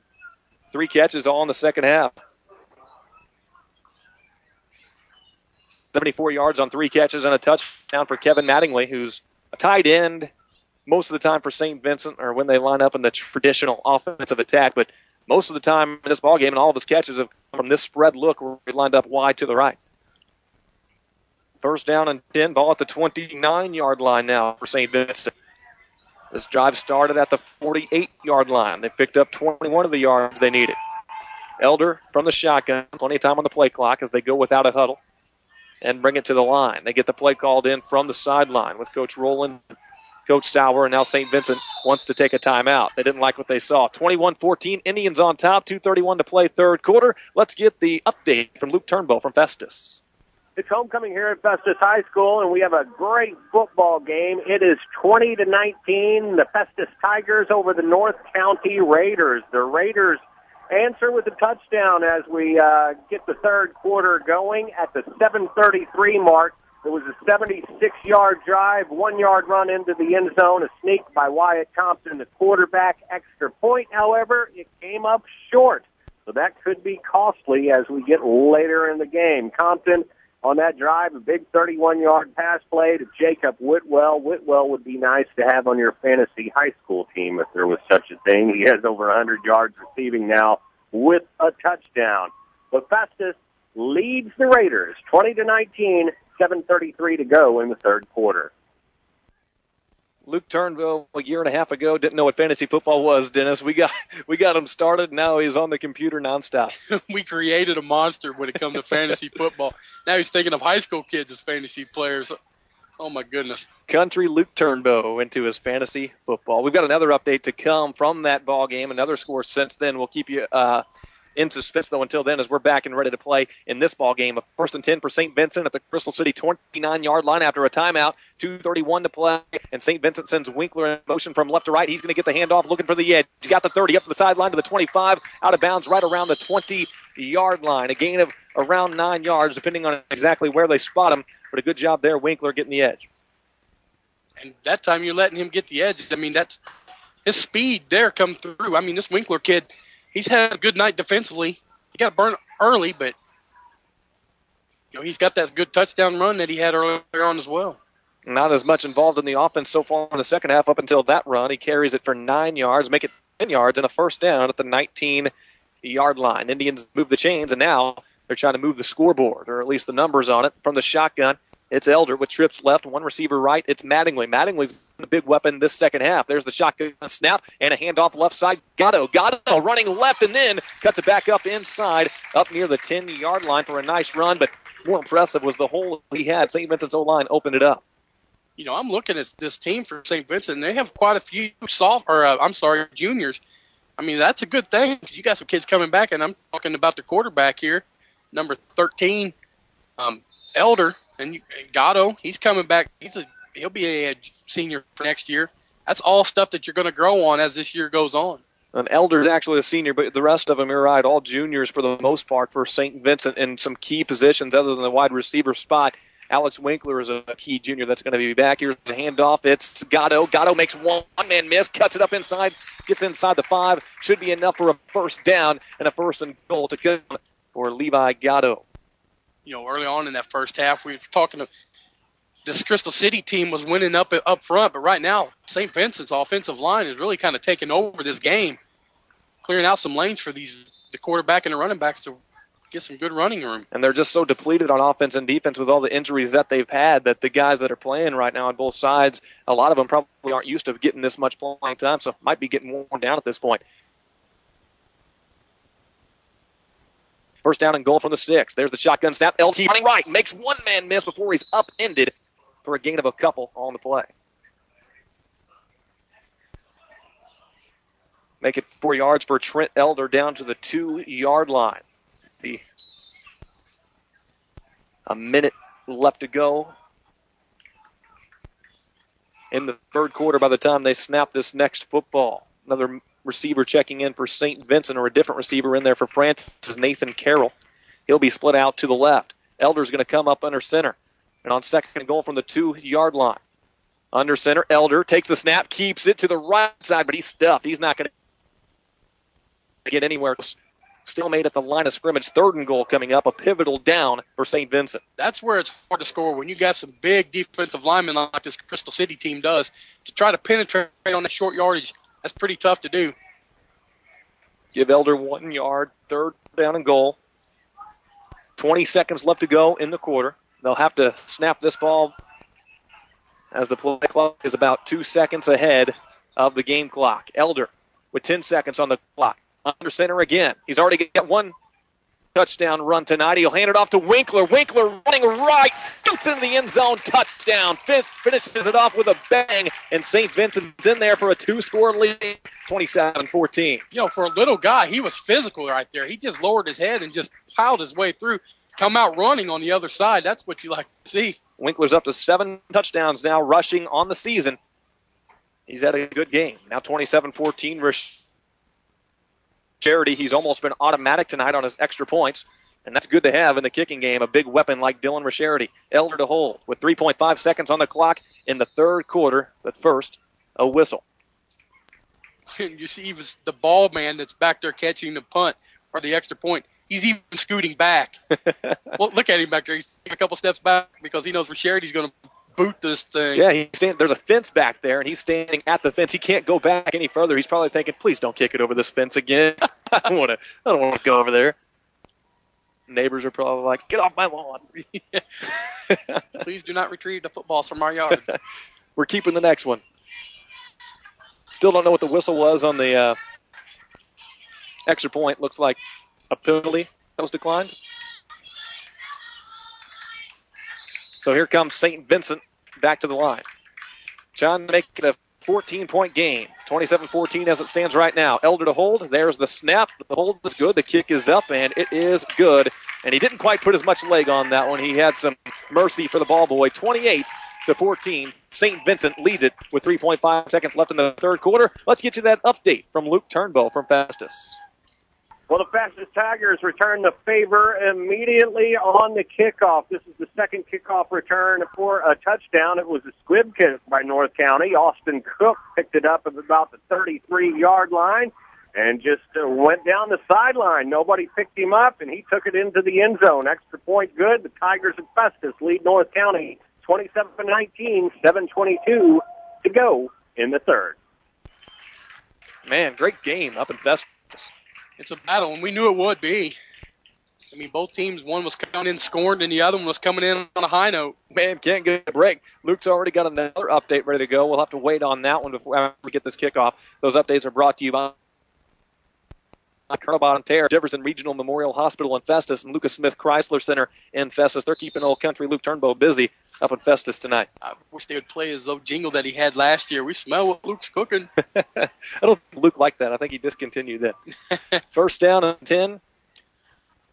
After Crystal City gets this ball back on the kickoff, they'll have a first down and 10 at the 35-yard line as the kick was fielded by one of the up men, and he just fell over at the 35. So now first down and 10, Crystal City, and the Hornets will bring their offense out on the field. Offensively, they haven't looked as good as they looked in that first half so far, again in the second half. Yeah, the first half, Crystal City really impressed me because they were driving the ball. They were sustaining drives down the field. They just couldn't quite finish them off. But so far this second half, it's been a completely different team. First down and 10 for Crystal City at the 35-yard line, and a lot of that is the fact that Justin Morris has been slowed down with an injury. In fact, he's not even on the field at this point right now. Two backs in the backfield. It's Pollock working from the eye, handoff left side, and Winkler back in the backfield, wreaking havoc, makes the stop on Donovan Williams for a loss. You know, we talk about what Winkler's been able to do offensively, but you said it, Dennis, defensively, I think he's been even better. Yeah, he's played lights out so far tonight, coming from that linebacking spot. It's a loss of 3 for Donovan Williams.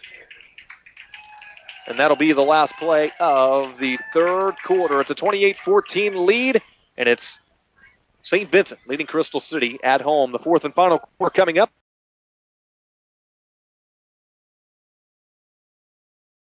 Man, oh man, the scoring just keeps on coming from Festus. A 28-14 lead here in Perryville for the St. Vincent Indians over Crystal City. And now the Hornets are down to one final quarter to make a comeback. Still looking for that first win. They do have that forfeit win over Live for Life, but you know these kids want to really earn their first win of the season. And for a while it was looking like they might be able to do that, but then it's just kind of come to a halt for Crystal City. And that's, you have to play a full 4 quarters. And I know it's difficult because you have a lot of injuries on this team, and then you just lost your key player. So it's going to be a tough road to hoe. So Crystal City, again, nowhere to go on the right side of the field. It is Andrew Sauty, and he is brought down immediately at about the 26-yard line. And you know what, Glenn? This defense, or this whole St. Vincent team, is completely different after halftime. They've come out, they're fired up, they're flying to the ball. And that's something they did not do in the first half. And, I mean, they're laying some licks. These linebackers are coming to play. They've gone backwards on this possession. Now third down and 19. All the way back to the 26, call it the 27. So St. Vincent can scoot back a little bit on defense, make sure they don't allow the big play. From pistol, it's Pollock. He'll take the snap, drop back. Winkler coming on a blitz. He's going to fire out right. Sauty deep downfield, bobbled and caught. What a concentration catch by Sauty, pulling it in and brought down at the 44-yard line on St. Vincent's side. What a catch by Sauty. That was a beautiful catch by Sauty to keep his concentration and make that catch. But, man, I'll tell you what, number 18, Zach Heberly, put the smackdown on him to bring him down. That's 30 yards to Andrew Sauty for a first down, a much-needed 30-yard catch on third down and 19. Big play through the passing game, and maybe Peyton Pollock, that's the play he needs to get it going again here in the second half. He had missed his first 3 passes out of the break. That's his first completion of the second half, and it comes in the fourth quarter. Yeah, Morris is out of the game, but you remember Sauty had a big first half himself. Sauty might be the guy that replaces that production. Here is a fake handoff to Donovan Williams. It's Pollock keeping it to the left side. Nice form tackle. He's going to pick up positive yards running left. I think that was Levi Gatto coming up and making a pretty good stop there. He's been the heavy hitter tonight on this defense for St. Vincent. But Peyton Pollock gets a good end of that one on a 5-yard carry.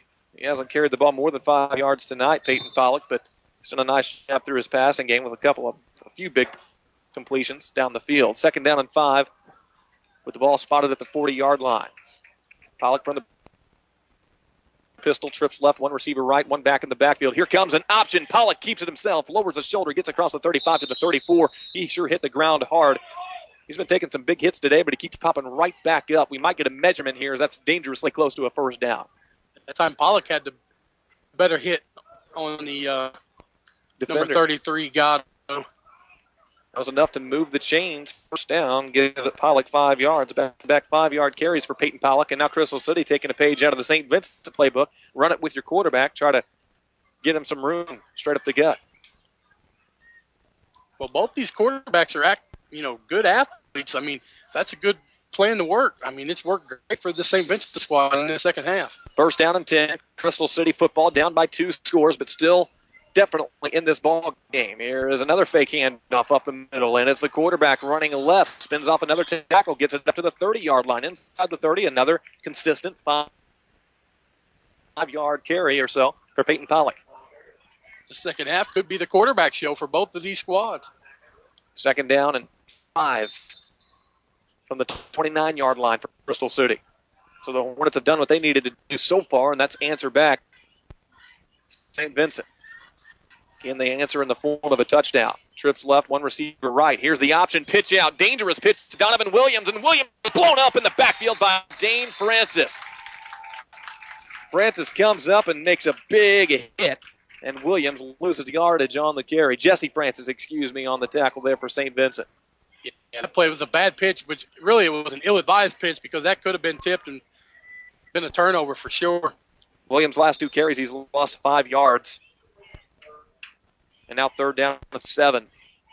The ball back at the 31-yard line. You're listening to KTJJ FM, Farmington Festus, Crystal City, Perryville. It's the J98 game of the week between St. Vincent and Crystal City, both looking for that first Jefferson County Conference win, trying to help their district standings as well. Keon Prater's the back in the backfield as the pistol snap comes to Pollock. Pollock throws underneath, and it's bobbled and intercepted. Winkler comes up with the pick. It should have been caught by Ross. He lost it. Winkler dives and intercepts it. And how big has Winkler been on defense? I mean, we've talked about it earlier. He's come up huge, and it's paying dividends for him here in the second half. There's the first Crystal City turnover. It looked like they had turned it over there right at the end of the first half with Justin Morris fumbling the football, but that call was overruled. This time St. Vincent, no doubt about it. Winkler gets the interception and takes the football away from Crystal City. So the Indians have it now up 2 scores with 8.5 left. If they can take some time off the clock right now, they're going to be looking like they're going to be on their way to a 3rd win of the season. And to take themselves to a 3-3 record, that's exactly what tough. A few minutes off this clock, and it's going to make it tough for this Crystal City team to come back. First down at 10. Crystal City's defense needs a big play. Last check of that Grandview Herky game, Herky led 34-6 in the 3rd.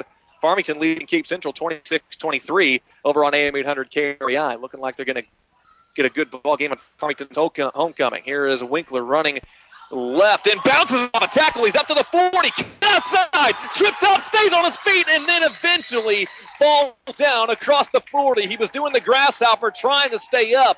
A shoelace tackle just tripped him up across the 40 to about the 37.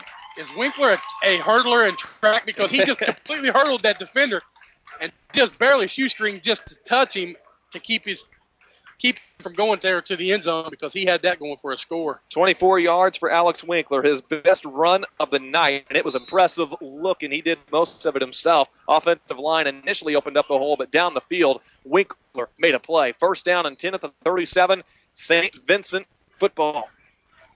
Trying to drive the final nail in the coffin of the Crystal City Hornets. From the shotgun, Elder takes the snap, fakes a handoff, and runs left, then changes direction, running right. Now he cuts back up the middle, still on his feet, looking for the edge again, changes directions again, back across field, needs a couple blocks, gets the edge on the other side. Are you kidding me? To the 20, finally brought down. He covered about 50 yards to pick up 17, and he's got to be winded after that one. He used the entire football field. I would actually say he covered about 65 yards on that play.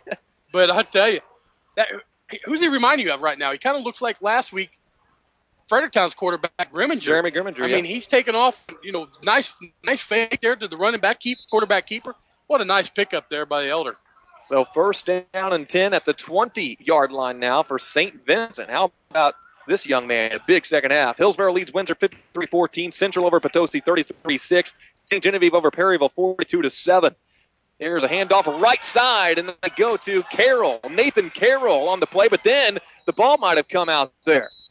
Let's see if Crystal City was able to fall on this one. They say they have it. No word yet on the officials.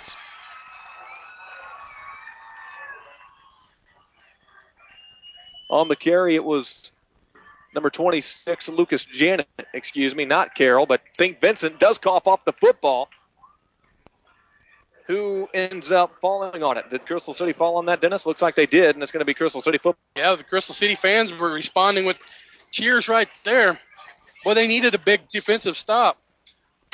Keep themselves in this ball game with 7:24 left. He coughed it up at the 7-yard line. He actually coughed it up about the 12. It rolled forward, and St. Vincent loses possession. Crystal City has it at the 7, and, man, that was a big play by their defense. They needed to get that football back down by 2 scores, 7:24 to play. Crystal City back on offense from the eye. One receiver left, one to the right. A handoff to the deep back. This is Donovan Williams. Not a whole lot of rushing room for him. He tries off the left guard for that carry, and not much, if anything.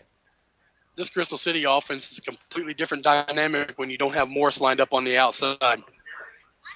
Second down and 10. Donovan Williams goes nowhere. His last 3 carries, -5 yards. Under 7 minutes left. Understand we have an update ready from Luke Turn, though. We'll have to wait on getting that one. They're keeping us busy. We're keeping him busy. It's been a busy night in the world of high school football. Only week 6. We got a long way to go. I think whoever has the ball last in that game might be the one that wins it. I think so. Second down and 10 for Crystal City.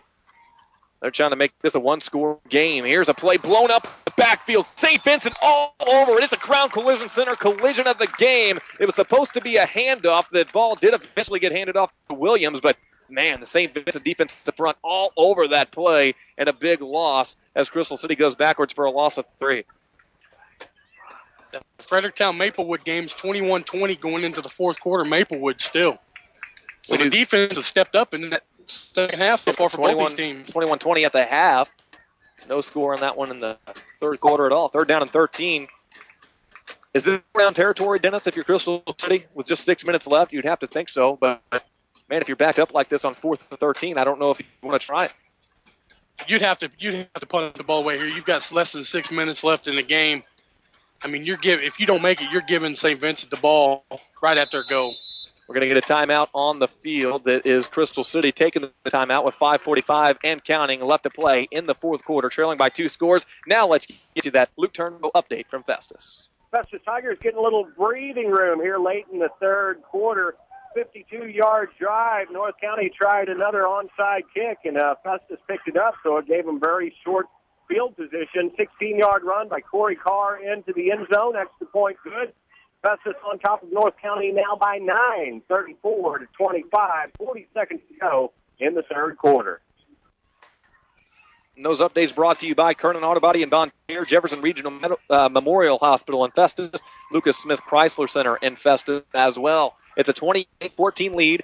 St. Vincent over Crystal City in the J98 game of the week. 5 minutes, 45 seconds left to go. Fourth quarter. We're in the middle of a Crystal City timeout right now. They're down to 2 remaining in the ball game. It's a broadcast brought to you by Show Me Rent to Own, Buckley Towing in Park Hills, Midwest Orthopedic Group in Farmington, American Family Insurance Agent Bill Best in Park Hills, Minter Larry College, Jim Roke Shelter Insurance, and St. Genevieve County Do-It Center in St. Genevieve. Back to the field we go on a third down and 13. This is a critical play here for Crystal City. Yeah, this is a big series right here for Crystal City because they need a score, and they need a score now.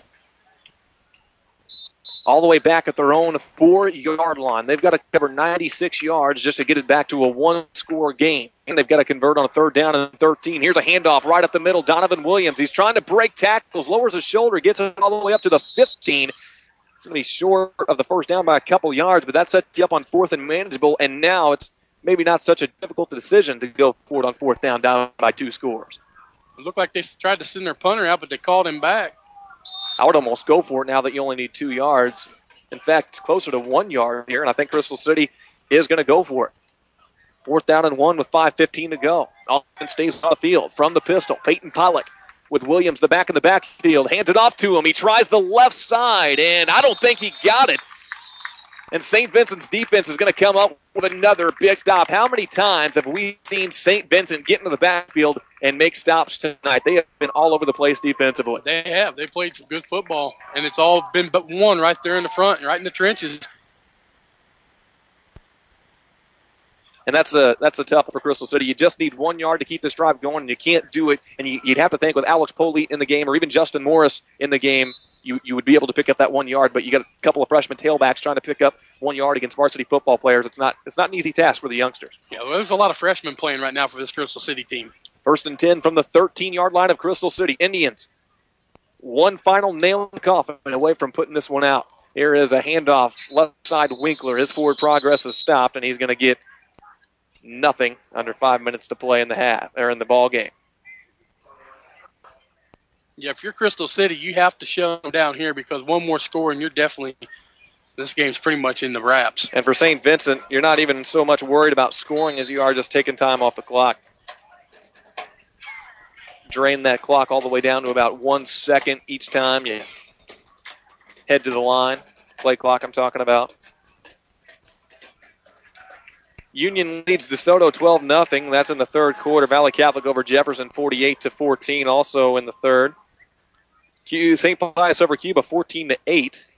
Sykeston over Jackson 19-9. Here's Winkler running left, cuts through a hole, and he's still trucking to the goal line about a yard, maybe 2 yards short of the end zone.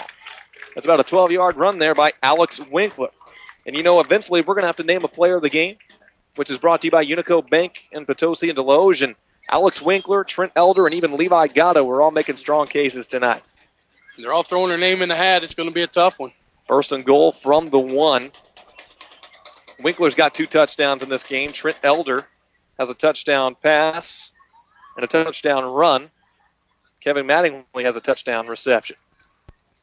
So whoever gets this touchdown might cap it for the player of the game for St. Vincent. Under center from the 1 yard line, it's Elder. He'll take the snap, hand it off. It's Winkler. Winkler jumping and jiving in the backfield, and the ball may have just come out right there again for St. Vincent. There's a big fight for it, and initially the officials are saying it's Crystal City football, and this will be the second time St. Vincent's turned it over down here near the end zone, if indeed it is a fumble. Crystal City says they have it, but the officials... Yeah, I think... Do the officials agree? It is. And they recovered it in the end zone, it looks like. They're taking it out to the 20. How about that? So St. Vincent is basically keeping Crystal City in the ballgame with a couple of turnovers here. Oh, man. Another fumble. That's St. Vincent's third turnover, 1 interception and 2 fumbles. Winkler's coughed it up. Lucas Janet has coughed it up. And Coach Sauer can't be happy about that. You're about an inch away from scoring the clinching touchdown pretty much, and instead you give the ball back to Crystal City at the 20. Crystal City football. 1 receiver left, 1 receiver to the right. Jailbreak blitz coming, and he's going to fire out, and it's caught by Grove, but he's short of the line of scrimmage. Catches at the 20. They gave him forward progress. No gain on the catch by Grove. Without Morris in this game, their down the field threat has just been basically eliminated. And this St. Vincent team knows it because they're just sending everybody right now to get in the face of Pollock. In a way, I like to see that, playing aggressive here late in the ball game, but it is a little bit dangerous to do that because if you can pick up that blitz and just hit one guy streaking down the field, that's one big play you get, maybe for the touchdown in a short amount of time. That's why you see defenses go into the prevent, make them kind of hit everything underneath in front of the defense to take time off the clock. But then again, the aggressive style of defense has gotten you this far. Why not stick with it? Crystal City's going to go deep here. It's Saudi and making a great catch at the 45-yard line. Goes up and catches its highest point, 25-yard reception, and Saudi has been it for Crystal City in the second half. Boy, that was a beautiful catch. That was just a fade, and Pollock just threw it up there and just let his receiver go up and get it, and exactly what he did. 120 yards on 7 catches for Andrew Saudi today. He's been great. But the time is against him right now. It's 2 minutes and 38 seconds left in this ball game. They're going to have to speed it up. Is it too little, too late? Grove and Ross are lined up to the left as receivers for Crystal City. Saudi is out to the right. He's got the dirtiest jersey on the field for Crystal City. He's been working tonight. Francis lined up off of him, giving him some cushion. Here's the handoff up the middle. It's Keon Prater, nowhere to go.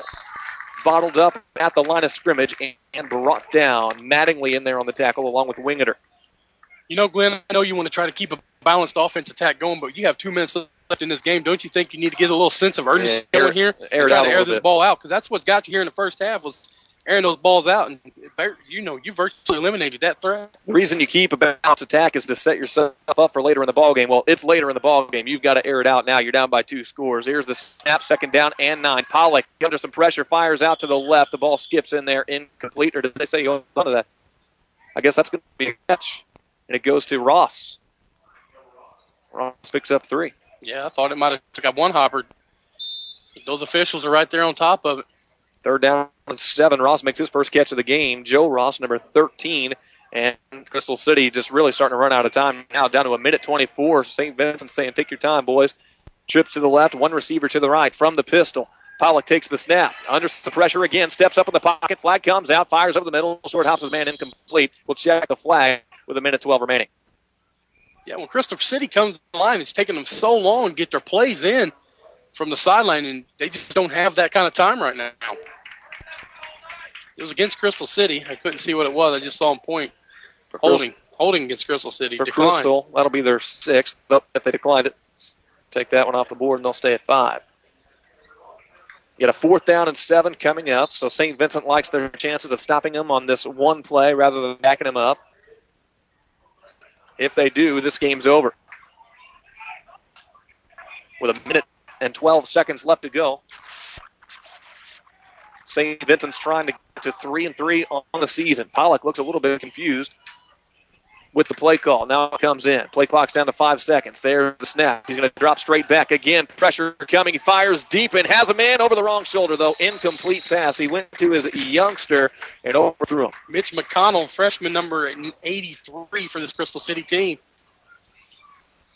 On 4th down and 7, overthrew him and incomplete. Turnover on downs.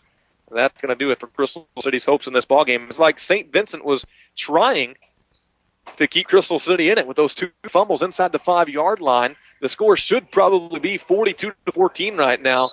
But those 2 fumbles kept Crystal City in it. Unfortunately, they weren't able to do anything about it, and they've been shut out in the second half. You're exactly right. But then you go back to that first half and look, you had the 3 times inside the red zone that this St. Vincent team kept Crystal City out of the end zone. So it's been one of those battles here today.